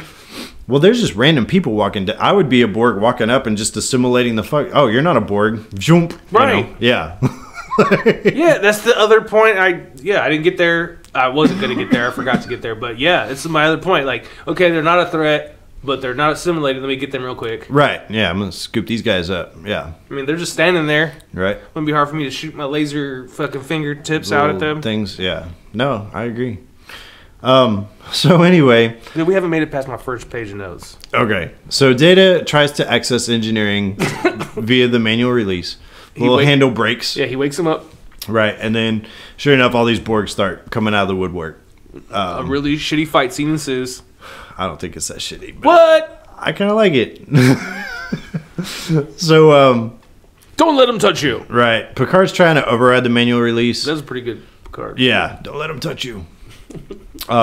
When Picard's trying to override the manual release, like this Borg like comes up behind him and grabs him by the shoulders, which is bullshit. I would just, right in the neck. You're good now. Anyway, Data winds up breaking his neck. There's all sorts of shit because they're shooting weapons, but they stop working after a while. And then we see Worf like pick one up and throw it on a couple other guys like he's bowling or something, And Data has like, I guess he's an android, so yeah, he's got really strong. He's superhuman strength. Yeah, but he's just tossing motherfuckers. Mm-hmm. But like, ugh. Right. Anyway, he says regroup on deck 15, and that's when he says don't let him touch you. And then we see where Data's like standing in front of the door not doing anything, and then like the door opens a little bit, and then whoop, like they grab him by the ankles and drag his ass through there and then shut the door. So now the Borg have Data. Yes. The cyborgs have an android. Mm-hmm. Wonder what's gonna happen. Ooh, suspense. We see a guy that actually does wind up getting infected by later on in Voyager, they call him the Borg, they call him like tubules, and they inject like nanobots or some shit into him. Basically, they attack your cells and like slowly turn you into like a not so slowly preliminary Borg. In this movie. Yeah, no, it's pretty quick, really. In this movie, like, it's like, what's the word I'm looking? I'm trying to think if there was another movie where we saw this effect happen. Basically, it's like the veins and shit in your face, and like that stuff. All Interview with the Vampire. It was the Interview with the Vampire. Yeah, okay. So I wanted to say that, but you see those parts, like their face, like start to turn black. Right. I guess as the nanobots rush through them. I guess. So anyway, this guy, he's infected. He's like, Captain, help, please, and Picard just shoots his ass. Fucking takes that ass out. So, all right. This is where I will admit I don't know shit about Star Trek. Yes. So he hits him with the phaser. Right. The guy dies. Mm-hmm. With no visible damage. Yes. Didn't even singe the suit. Right. How'd he kill him? I don't know. But that is a thing in Star Trek, though, is shooting people, because there's different settings on your phaser. Well, I know if it's maximum, they vaporize. Right, yeah, they talk about that. I learned that in this movie. Mm-hmm. So there's the stun setting, which they hit Zefram Cochrane with later. There's like, it goes all the way up, and there's like a kill setting, and then the vaporize and all that other shit. I don't know how it works. Maybe it just like electrocutes your ass or something. Like, there's people that have been shot in the leg and shit, and they've been okay, but they kind of walked with a limp, you know? But it's weird, too, because there's other Star Trek stuff where somebody will get hit with a phaser, and it, like, burns their fucking...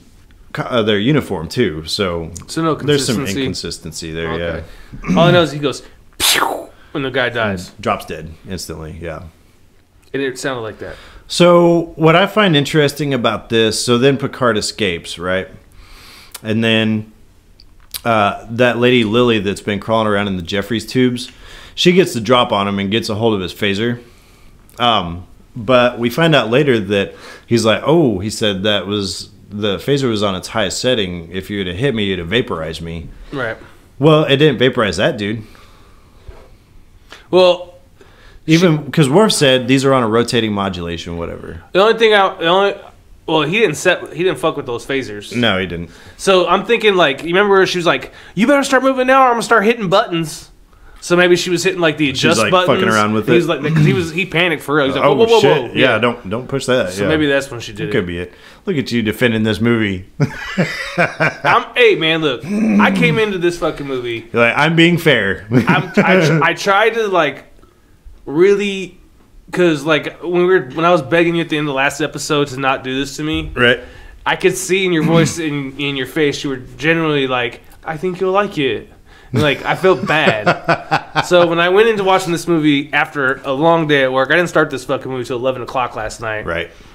I was like, I don't want to watch this right now, but I got to get this done. But I will. Yeah. And, you know, I'm gonna. We talk about movies on the show. I'm gonna be fair. Right. I'm not gonna come into this thing just hating it. I've never seen it before. Maybe it'll blow me away. Could be good. Yeah. Better than Star Trek 5. Yeah, it's better than Star Trek 5. So it's at least a movie. Right. So you know, while we're discussing it, yes, I see a lot of holes, but if you bring up something and I think maybe there's a possible explanation for it, fair enough. Whatever. That's very fair, Mike. Way to go. I'm a grown man, you know? You know, whatever. So anyway, I pay bills and shit. Right.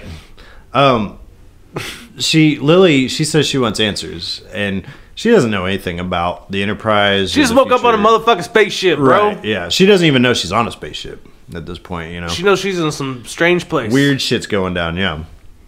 So we cut to where Data is like strapped to this Borg table, like a space table. And they're trying to unlock the computer because he put in that code. Yeah. And they're like drilling into his head. Yeah. And Data hears this woman's voice. She tells him that he's imperfect. He was built by humans that are imperfect. She's the Borg god. Yeah. Well, they call her the Borg Queen unofficially. So. Oh, well, I wasn't as clever as the writers, I guess. But anyway, she's like, we are going to get those codes. It's only a matter of time. And then they drill into his head. And we don't really see why they drill into his head. The only thing I can think of is later they activate his emotion chip, and maybe they needed to get in there to do that. Well, is this the same scene where we see them do some weird optical thing and they put the thing on his eye? They don't put anything. Yeah, they do. On his eye. There's a scene where there's something protruding from his eyeball. Oh, that was another lady that was being assimilated. It wasn't Data? It wasn't Data. How do we know that? Because later on he doesn't have any of that shit. Yeah, no, that's why it confused the fuck out of me. Oh, yeah, no. Well, they go through this whole montage of people that are being, like, assimilated. So it's multiple people doing things. I thought they were doing all that shit to Data. No. Well, they show, like, at one point you see this guy with that nub, like, wiggling around and they stick the Borg. I thought that was Data, too. Oh, no, that's different. That was different. So when they cut back to Data later in the movie and he doesn't have any of that stuff, I was so confused. You're like, what the fuck? That is a major continuity error in this movie. Yeah. Nope. So anyway, we cut back down to the planet, and they basically have told this old drunk dude, Zephram Cochrane, the guy that created warp speed travel. They told him about the Borg, the future, the Enterprise, time travel, all that shit, and he's like, bullshit. Which is fair. Yeah. Yeah. And so they're like, we can prove it to you. And they go over to a telescope. He looks in there, sees the Enterprise. He thinks that's bullshit, and then realizes that they haven't really fucked with this telescope, you know? Mm-hmm. So, anyway, he's like, Riker's like, yeah, and Lily's up there. He's like, well, let me talk to her. He's like, we can't get in contact with the ship. So they tell Cochrane about first contact. The people on Earth have no... So the Starship crew that are on Earth have no idea there's Borg up there. Right. No, they're clueless. This entire movie, they have no idea. It's crazy. It is crazy. I like it, though. There's like all this mass chaos up there. They have no idea there's anything wrong, you know? No, they're just arguing with some drunk dude. Right. So, anyway, basically they tell Cochrane about First Contact. There's a group of aliens that are going to be really impressed with his faster than light travel. And so, basically after he conducts his test flight, then they're going to make contact. Well, to clarify, so there was a alien life that was traveling past Earth. Yeah, they're doing like a survey mission. They weren't interested in Earth because we weren't advanced enough. Right. But when they saw warp, they detected warp travel. They were like, wait a second here. Let's see who these people are. Yeah, basically. Do you have a problem with that, Mike? I mean, I guess that would happen. Well, the whole idea behind it, they call it the Prime Directive, and Starfleet observes it as well. The whole idea about it is that they don't want somebody getting a wild hair and like bringing, you know, like a nuclear bomb to like cavemen and being like, here you go, see what this does. Why don't you play with that for a little while, you know? And so basically, by the time that you discover this technology, you know, on your own and so on and so forth, then they feel that you are advanced enough so that we can reach out to you and start making ourselves known to you and communicating and stuff like that. So it's the whole gist behind it. Okay. Yeah. So anyway, what is it here? They said that, okay, so this is something I need you to keep in mind for whenever we discuss our next Star Trek movie that's coming up later, okay? Oh, joy.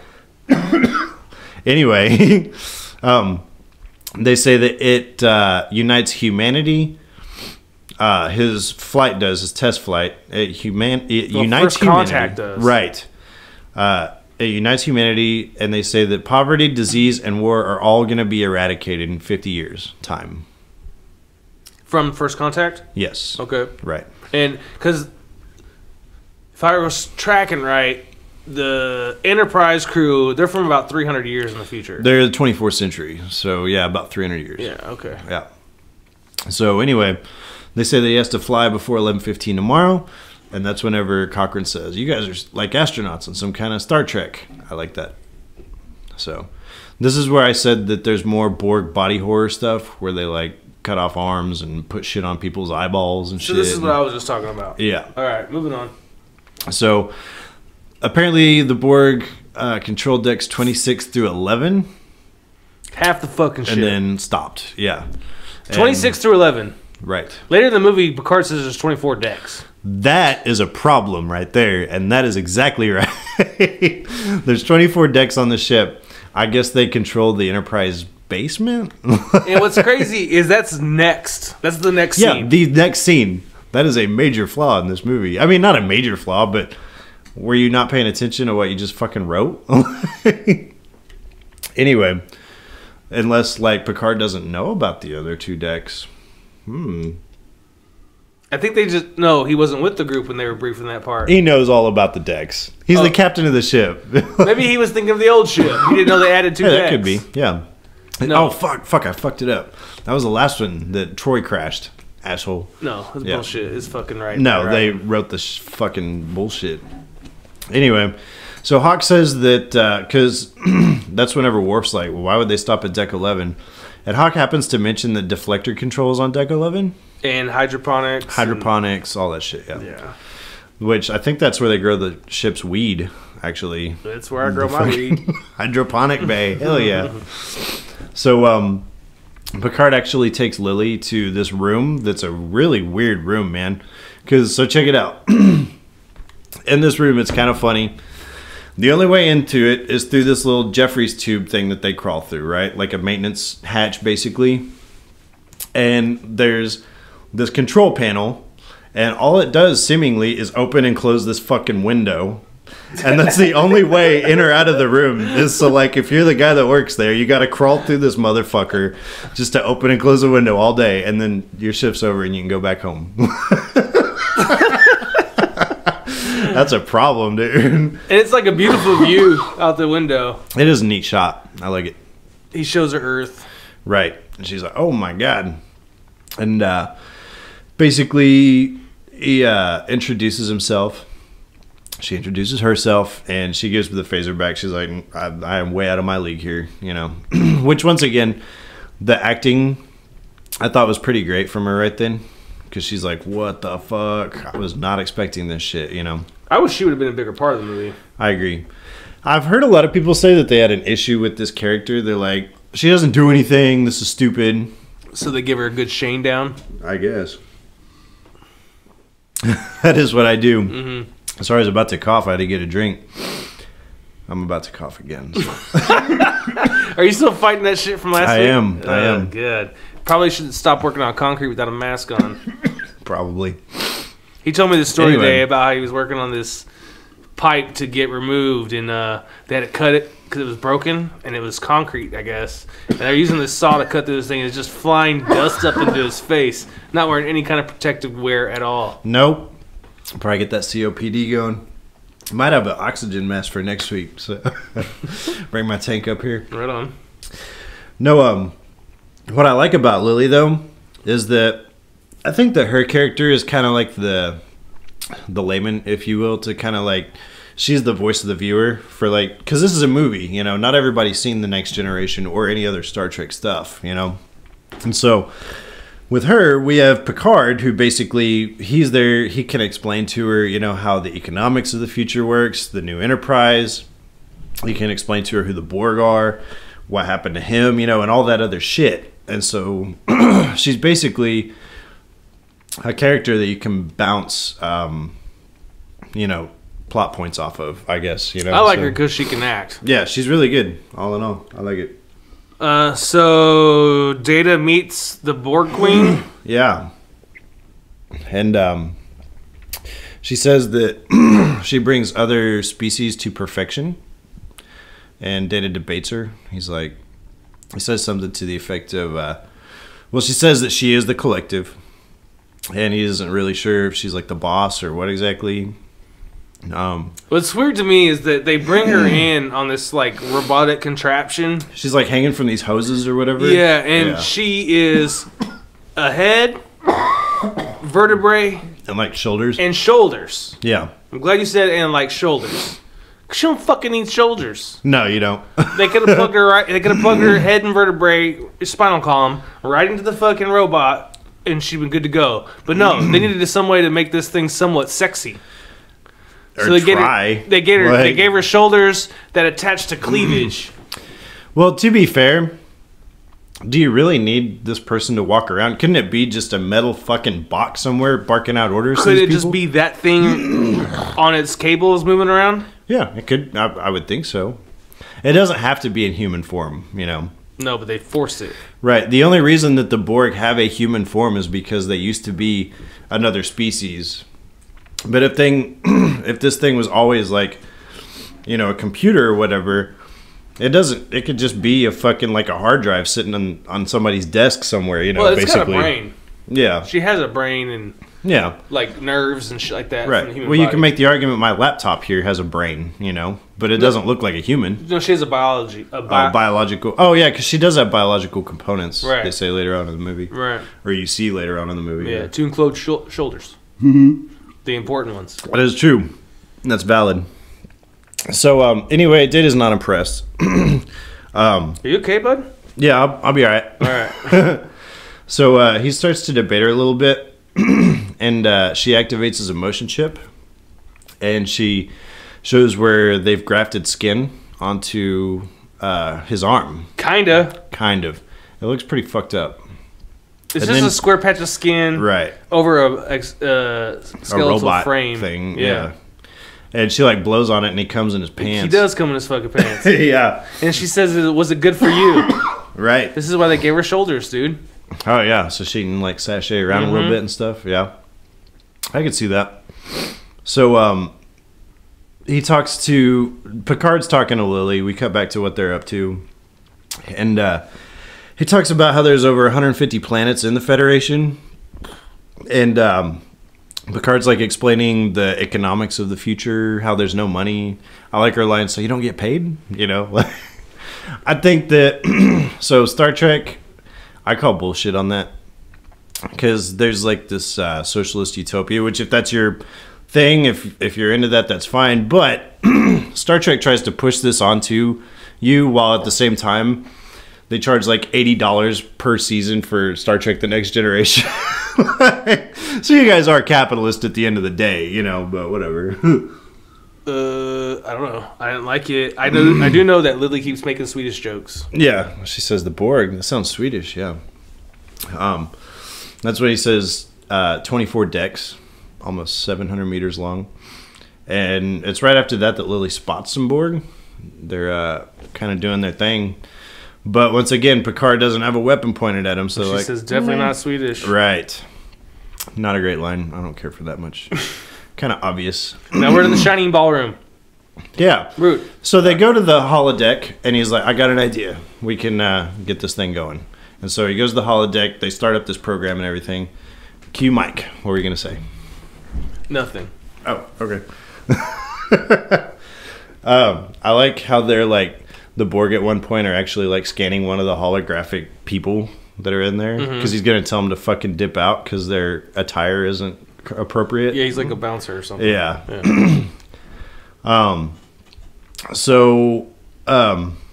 It's basically, this is a program that they've used off and on in The Next Generation. It's the Dixon Hill program.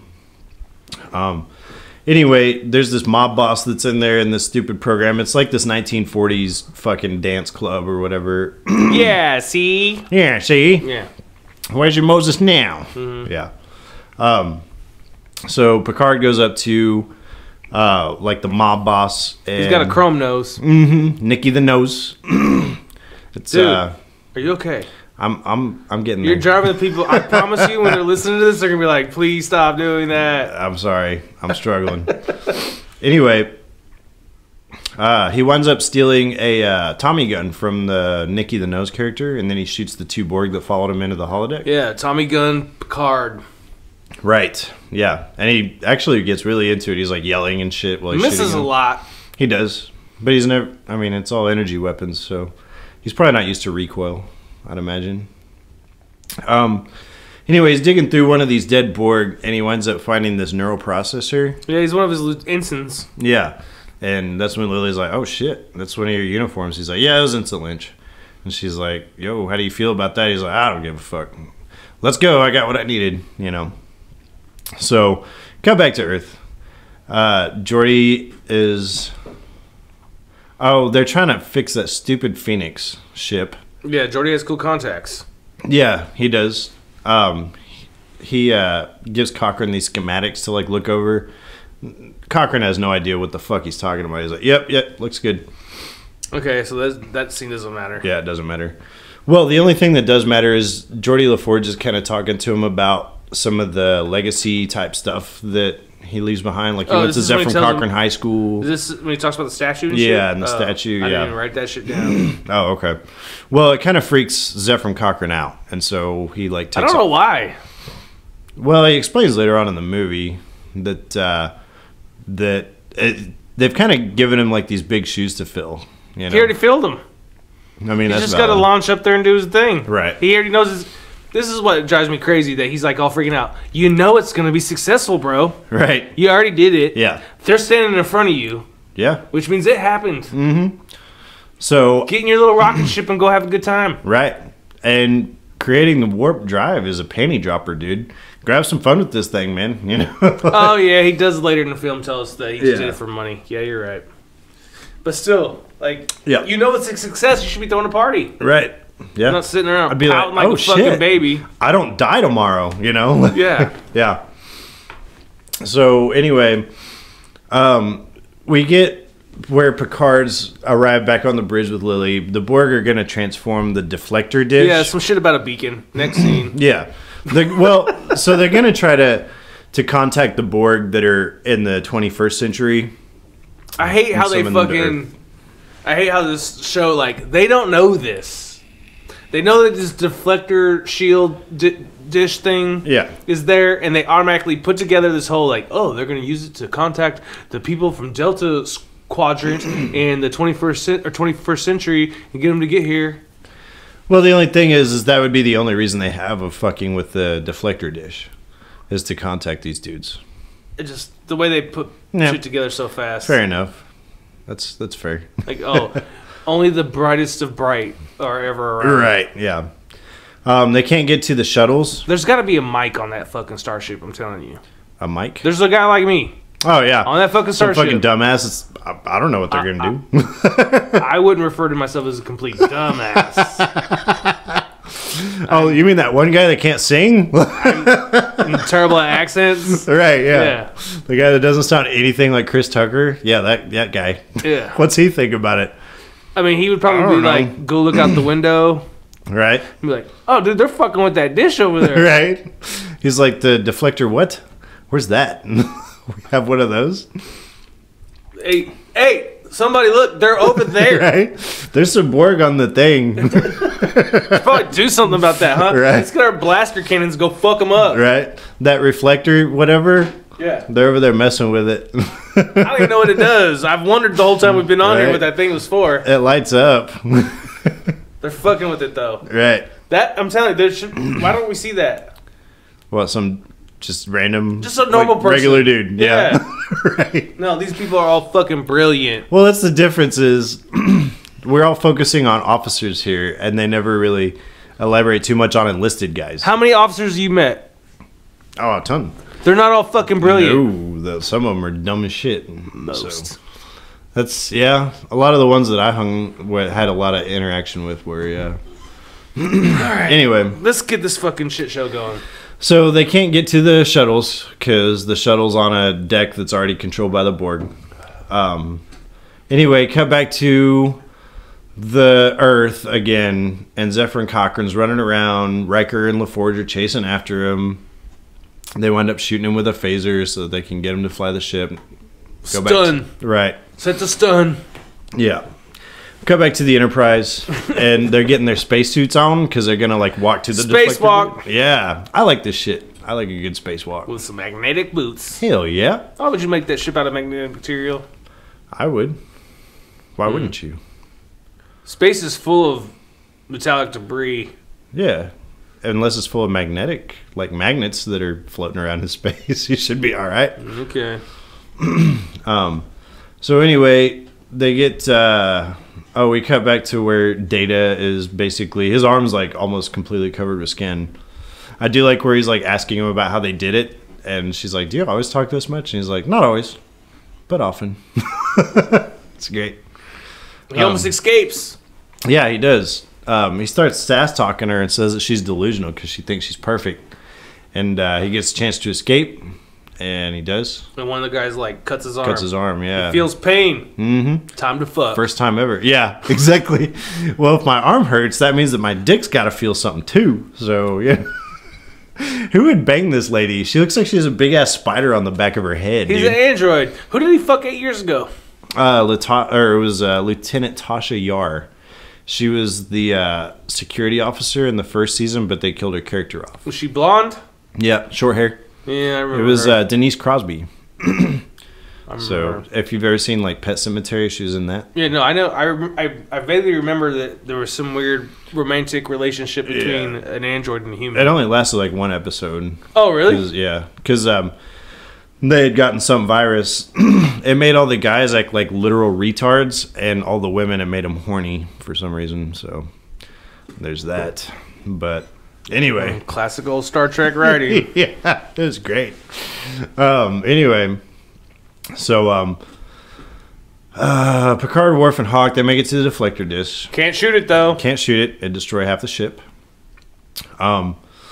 We see where there's they say that in order to get the deflector, like they got to get it away from the actual ship, and so they have to like disengage these 3 like locks that are around the edge of it. Magnetic locks, yep. Yeah. And so they disengage him. Kind of. Hawk doesn't. Yeah. He gets one of the Borg's attention. This is one of the point. No, listen, the Borgs are paying attention the whole fucking time. Yeah, they're just kind of This is what drives me crazy.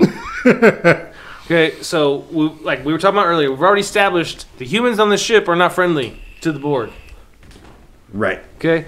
Now, the only time the Borg pay attention to what the fuck they're doing, even though they're in there swapping chips and punching in codes, building shit, is once they get that fucking lever up to disengage the magnetic lock. Now the Borg's like, oh, now I gotta go fuck this dude up real quick. Hey, wait a minute. Yeah. They do that 3 separate times. Right. And each one of them have a different encounter. Yeah. Hawk gets got. Yep. Worf gets got, kind of, but he puts up a fight. But after his suit is like, his leg is slashed and his suit's letting out gas. Yeah. Okay. Jean-Luc jumps over. He disengages his magnetic boots and jumps over to the other edge, to the other side. Yeah.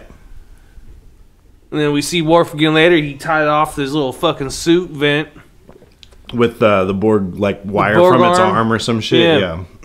Yep. Unnecessary. This whole scene's unfucking necessary.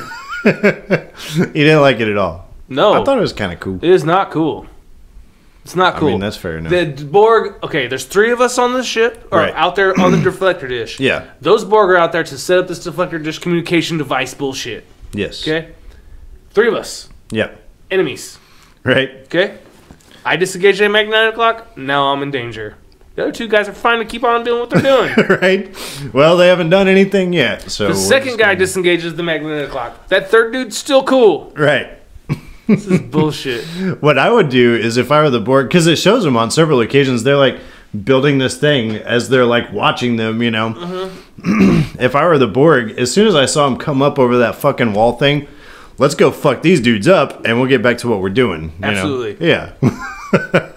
Yeah. So it's kind of dumb. The Borg are stupid, but it's whatever, man. So you kind of just summed up the whole scene, though. Basically, Hawk gets got. He's about to kill Picard. You know, I did get some. We can skip it. I did. Yeah. I did. And then Worf shoots him the last second. Yeah. And so they eject the thing. Worf shoots it. It explodes. Oh, there you go. Yeah, I didn't wrap it up at the end. And he says, "Assimilate this." I wrote that down. Did you? Classic line. Yeah. It's been called back in several movies. No, it hasn't, actually. I don't think so. No, it hasn't. I have heard a lot of people say, like, resistance is futile in movies. Okay. But, yeah. Is that from Star Trek? Yeah. That's what the Borg say. We're the Borg. What do they say? Resistance is futile. They say your technological and biological distinctiveness will be added to our own. And did they invent? Were they the first ones in movies to say resistance is futile? I believe so. Yeah. If not, then they stole it and ran with it. So. But that was in the Next Generation, right? Yeah. I have a funny feeling before the 90s, someone said resistance is futile. Well, this was the 80s, technically, like late 80s, because it was season 2 that we first heard that. Okay. So, whatever. So, anyway, Cochrane is doing his pre-flight checks. We go back to the Earth once again. Riker comes in. He starts talking about all the shit that's on the moon. There's 50 million people living on the moon. And he's like, please don't tell me it's because of the shit that I did. And he says that basically he built the Phoenix because he just wanted money. He doesn't even like to fly. He just wanted money and to retire on some island full of naked women. And that's when Riker tells him, well, you know, somebody once said, don't try to be a great man, just be a man and let history make its own judgments. And he's like, who said that? He's like, you did 10 years from now. So, anyway, the Borg are on the move again on the ship. They've taken over decks 5 and 6. And Picard tells the guys to stand their ground. But Worf wants to self-destruct the ship and everybody just dip out so that they don't have to risk dying. So I just tried searching, like, the first mention of resistance is futile. Okay. And quickly, I was on a site that showed that it was a reference from Star Trek. Yep. And then it started having those, like, you're a winner pop-ups. And I tried to back out, and it sent me to porn sites. So you want to close this out? Resistance is futile. So, way to go, Mike. I'm over here talking about Star Trek. Mike's looking at porn. I wasn't looking at the porn. It kept sending me to them. So, anyway, that's whenever Worf is like, sir, we've lost the Enterprise. He's like, we haven't lost the Enterprise. We're not going to lose the Enterprise.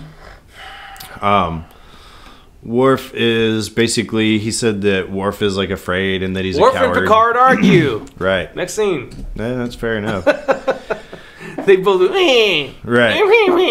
Lily thinks that it probably is in everybody's best interest to blow up the ship. Yeah. No, see, what happens is all the crew is like, but sir, this is ridiculous. We should leave. And Picard's like, no, I'm a stubborn asshole, and I was a Borg, so I know better than you. And I'm going to storm out now. And he stormed out. And then the crew was like, once the captain makes up his mind, he's made up his mind. There ain't shit we could do about it. And Lily's like, fuck that. I'm going to go tell this white bread motherfucker what's up. She gives Crusher the hand. Yeah. So like she walks in there, and she's like, you're fucking stupid. And he's like, you're right. Yeah. Basically. But I do like that scene, though, when he's talking about all the revenge stuff.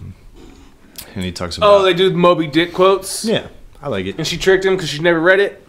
Well... Clever writing. Sarcasm, I guess. Anyway. How does she know what the fuck Moby Dick is about if she never read it? Everybody knows what Moby Dick is about.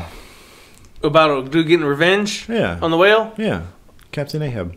Yeah. Is that your full extent of Moby Dick? Pretty much. I think because you learned it from watching this fucking Probably movie. So. I've never read Moby Dick. Melville does not do it for me. Anyway, Picard decides to self-destruct the ship, basically. Yep. Geordi, Riker, and Cochrane are going to blast off. And that's whenever Picard sets the self-destruct for 15 minutes. So anyway... This shit's stupid, too. So he fucking says to the computer... Self-destruct in 15 minutes with no further audible warnings. Audio, yeah. Announcements or whatever. With no more audio announcements, right? And what's the computer do? It repeats it. Audio announces, self-destruct in 15 minutes. No more warnings. Right. Oh, okay. So, in case you didn't catch that the first time, you're not going to hear it again. But one of these fucking Borg was bound to hear it. So stupid. So, it should have just been like, affirmative. Right. Acknowledging, yeah, I'll blow it up for you. Got you.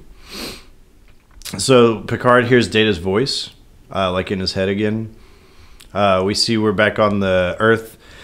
Cochrane's about to launch, but he's like, oh shit, I forgot something. It's a Steppenwolf tape, I guess. He plays Magic Carpet Ride. Did you catch that, Mike? No. You didn't catch that at all? He's like, oh fuck, I forgot something. And they're like, all right, abort the mission. And he's like, oh wait, I found it. And he like puts in the stupid you're talking about the blast off thing. Yeah. Yeah. I thought you were talking about Kirk or Picard. No. Yeah. Okay. Yeah, Picard's up there jamming a step and I was like, what? No, he forgot Data. Right, no. Yeah, all right. Yeah. I got you. So after the Phoenix like blasts off, it like basically the sides of it like break off in space, the little warp engines come out. Yeah. This rocket ship blasts off while people standing all around it. Yeah, nobody Not has a word to say about it. That's like standing next to the Apollo rocket. Right. You know, yeah. You're crispy critter, bro. Probably going to knock you on your ass at least. But no, there's like a lady standing there like collecting cans, you know, like recyclables and shit. Lame ass visual effects. Yeah. This movie's riddled with bad visual effects. Dude, if you think that these are bad, wait till the next movie. It looks like fucking shit. Why are you going to do this to me? I'm just saying. Like, if you thought that this was bad, this next one is going to be a doozy, bro. But Picard talks to Lily, says he's going to go save Data. All the escape pods jettison. They're going to go to Gravette Island, apparently. And so Picard goes to engineering to They're going to go to a place in North America and stay out of the way of history. Yes. So he gave them their order. Fuck their families and anything else back home. They are now living there. Right. Well, where else are you going to go? If I don't know. I'm just saying, like, and they all handle it pretty well. Oh, yeah. Yeah, they're fine. As opposed to dying at the hands of the Borg, I guess that's something, you know. But it's whatever. I like how he heads down to engineering, but they already said that the Borg have taken over decks 5 and 6. I mean, did he crawl there, or did he take the elevator, or he walks right in? I guess. He doesn't look like a threat. Well, the first time they tried to break in and they couldn't. Now he just strolls on through. Whatever. Anyway, he goes down there, starts talking to the Queen. She says that she was there for his assimilation back in the show. He offers himself for Data, basically. Like, let him go and I'll stay here with you. I guess she wanted him to be like a counterpart to like contact, to talk between the Borg and the humans. She offers to let Data go, and Picard's like, go ahead and get going, you know, and he's like, no, I want to stay here. Yeah, and Data's like half human, half Borg. Yeah, his face is all skin now. He looks like shit. Yeah, it looks like fucking ass. Yeah. So anyway, she's like, well, why don't you go deactivate the self-destruct? He's like, okay. And go ahead and give me computer control. Got you. Totally turns on Picard. Yeah, just throws him under the bus. And that's whenever Data's like, oh, he's going to make an excellent drone. And you're like, fuck. You know, this fucking guy. So the Phoenix prepares for light speed. I like how Cochrane says, engage. Like the captain of the ships do. You know. Kind of cool. I'm not familiar. Oh, okay. So it's kind of neat right here because the Enterprise like reveals itself to Cochrane. Like this is the closest he's been to it because he's out in space now. I like this because basically Riker's like, I think that they're here to give us a good send off or whatever, and then it cuts to like Picard and like this Borg's got this fucking like bandsaw up to his throat or whatever, you know. Yeah. They're like they have no idea what's going on in that ship, you know. But and I think that's where Cochrane got his idea of like how to design the starships. Oh, from the Enterprise? Yeah. Well, the thing was already designed by the time the Enterprise ever showed up. So. No, I'm talking about the Enterprise. Like ships that they took from his idea originally. No. He saw the Enterprise and was like, that's what starships look like. So he designed the first like starships looking like that one. Oh. Even though that one was from the future. So you're not talking about the Phoenix. You're talking about further ships to come. Oh, okay. That could be. Like with like the saucer section and two things. He saw one from the future, so of course he's going to build one to look like that. Yeah, that could be. I could see that. So apparently Data targets the Phoenix for destruction. The Queen orders him to like fire the quantum torpedoes, which they've never used quantum torpedoes before. I don't know what those are, but whatever. And so he hesitates for a second and then pushes the button. Turns out he misses on purpose. Data! Right. And then he says, resistance is futile, and punches that fucking coolant tank we talked about at the beginning of the movie. Yeah, so Picard's plan was rock solid. Oh, yeah. Could have worked. It did work. Right. Not when he wanted it to, but yeah. We had to wait another hour and a half for it to pay off, but we got there. We did. And so, anyway, Picard gets away. The Phoenix does its light speed thing. The little hoses to pick up the Queen come down, and he like climbs up the hoses. Patrick Stewart's got some biceps going on in this thing, actually, too, I noticed. Well, he's not in bad shape. No, he's not. Not at all. So, anyway, the Borg Queen tries to, like, climb up his leg. Data, like, comes out of this plasma coolant cloud that's emerging in the surface of engineering and, like, pulls her back in. Because he's not made of any biological material. Except the skin that she stuck on him. Yeah, a couple of grafts. Yeah. And so, the coolant eats away at her, basically. And it kind of works as, like, you know, video game bosses, like you kill the Queen and the rest of them die. You know, they all start sparking and shit and falling, and it's pretty weak. Cochrane hits light speed. Mm-hmm. Like while this is all going on. Right. And then Picard drains the plasma coolant, and he finds what's left of the Borg Queen. Fucking snaps its neck. It's kind of nice. Yeah, that's a satisfactory little scene there. It's alright. Data looks like dog shit. Really crappy, yeah. Like his arms all fucked up looking. I already said dog shit once earlier. He looks worse now. Yeah, because like what's underneath his skin grafts looks really lame. You think it looks lame? I thought it looked alright. What? That's just me though. I can't approach this from a non-Trekkie perspective. Okay, fair enough. Yeah. Anyway, so he says that he was tempted by the Borg Queen for 0.68 seconds. Which is an eternity for androids. Right. I kind of like it. We cut back, though, because now it is April 5th, 2063, and this alien ship has landed at the launch site. Surprise, it's Vulcans. It's a motherfucking Vulcan. Yep. Caught me off guard first time I saw that. You know, I don't know why. I don't know why I did either. I'm not Trekkie, I expected little green men. But they always reveal Vulcan. Right, yeah. They did in Star Trek 5. They always reveal Vulcan. Yeah. Yep. So they want to meet Cochrane. They do the live long and prosper. He can't do it with his fingers, so he just gives the old handshake. I can do it with my fingers. I've never done it. How come he can't do this? I have no idea. It's a great question. So Picard he has a little moment with Lily where she's like, "Oh, I wish I could go with you." He's like, "Oh, I wish I could stay here." He doesn't wish he could stay there. Back to the Future. Right. Yeah. So they take off, go to the future, which they're like, "Hey, we're able to redo that thing that the Borg did to travel through time." That I have a problem with, a big problem.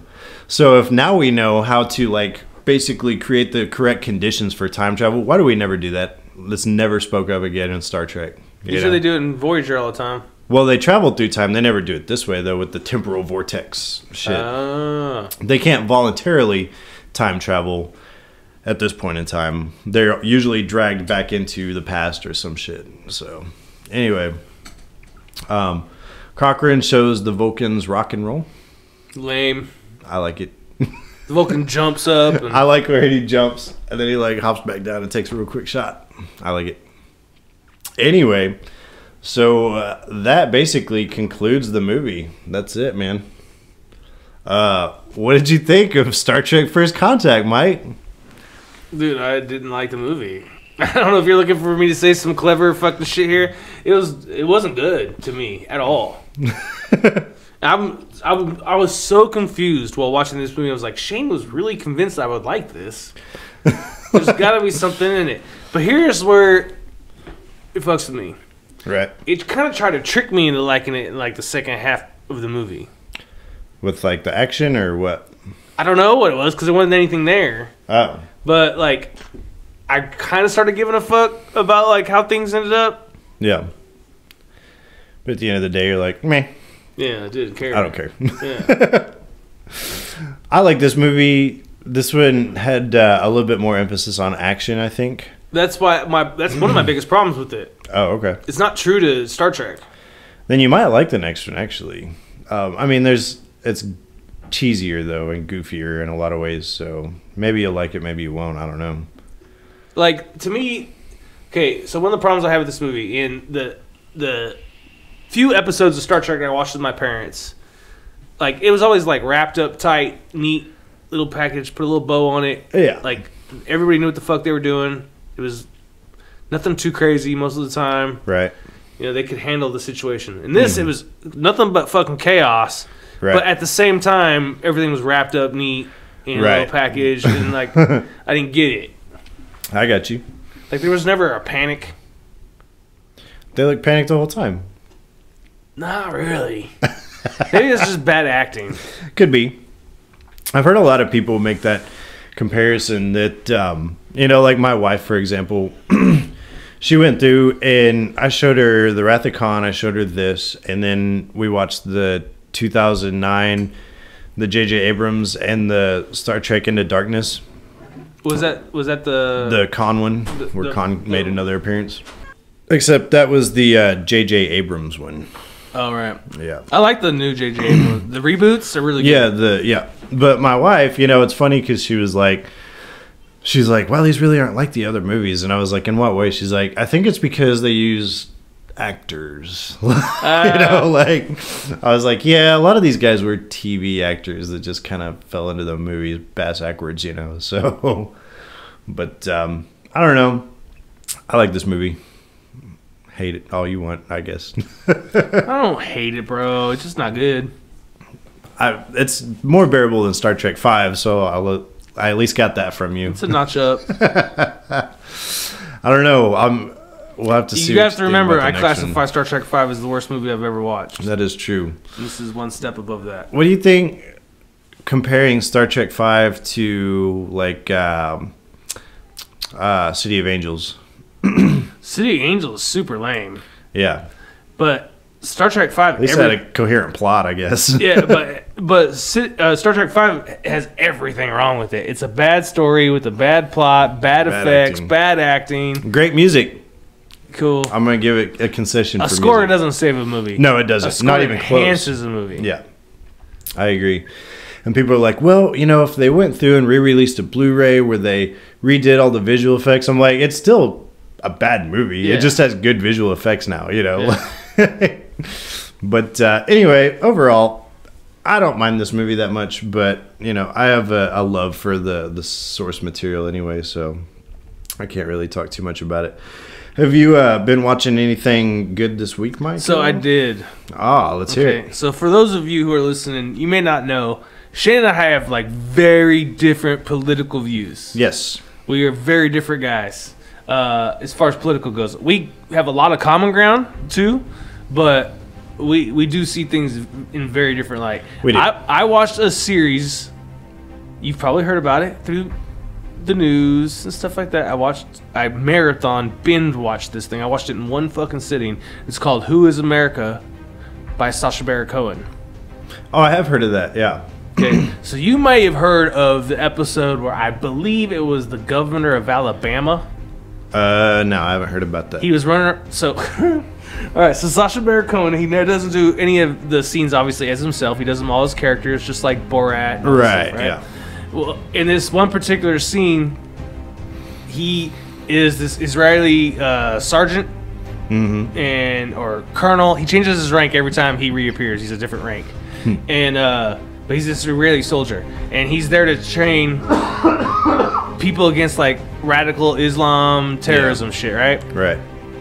Long story short, he convinces this governor that the biggest weapon against extreme Islamists is homosexuality.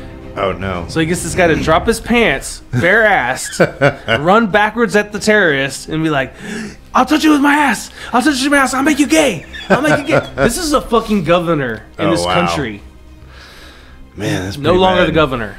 Oh, really? Since the release of the show, they evicted that ass? Huh? He resigned. Oh, but wow. he didn't have much choice, you know? Yeah.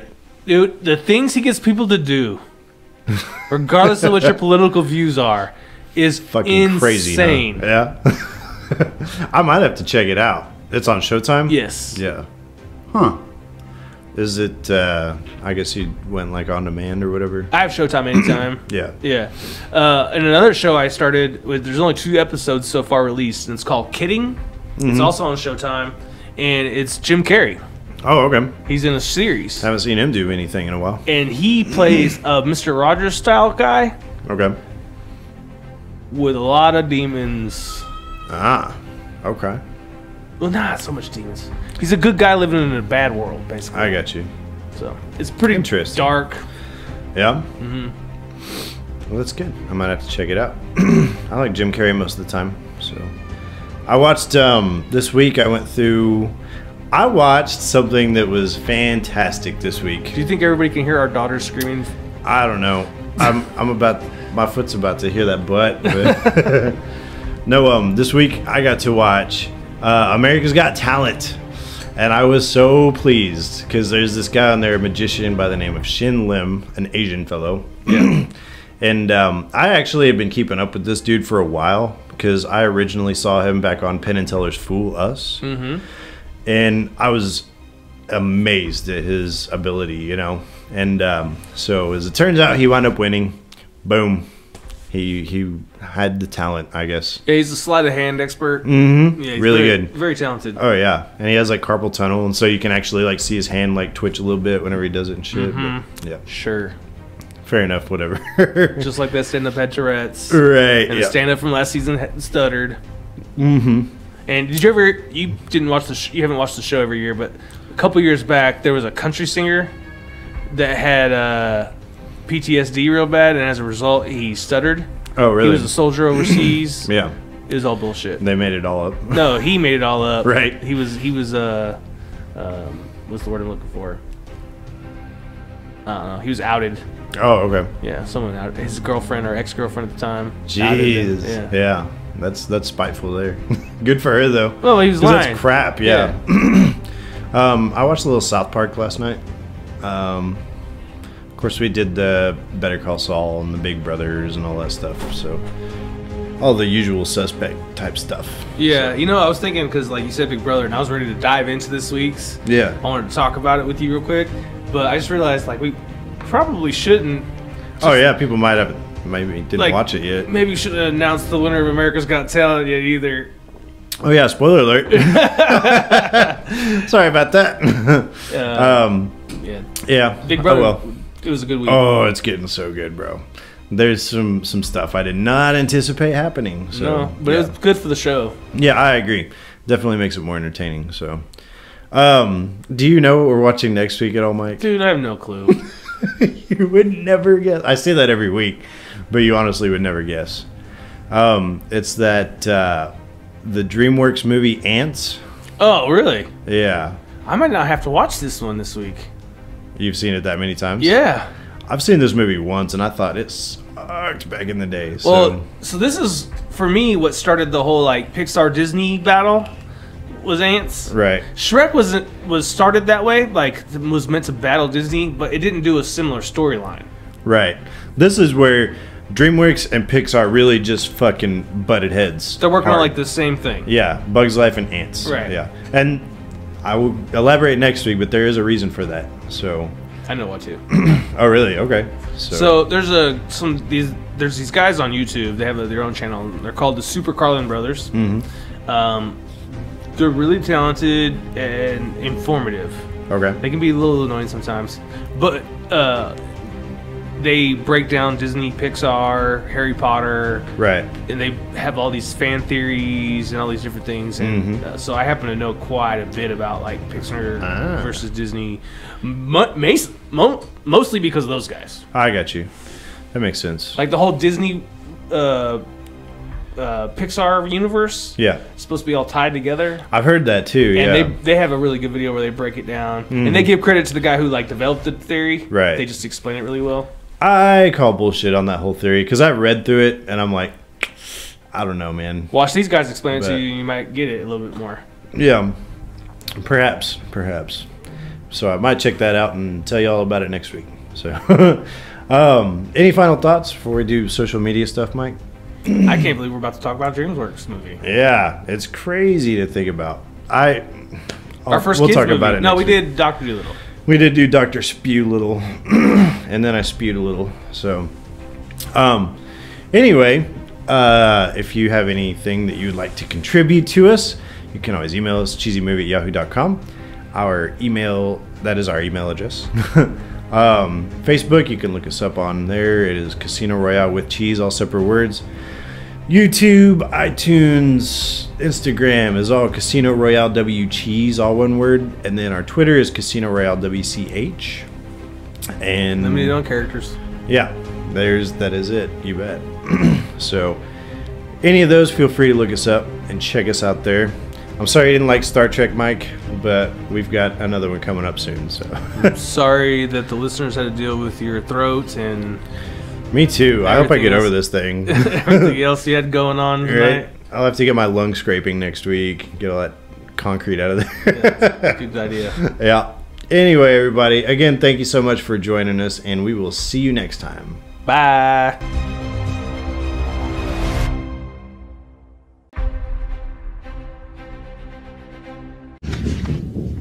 I'll be back.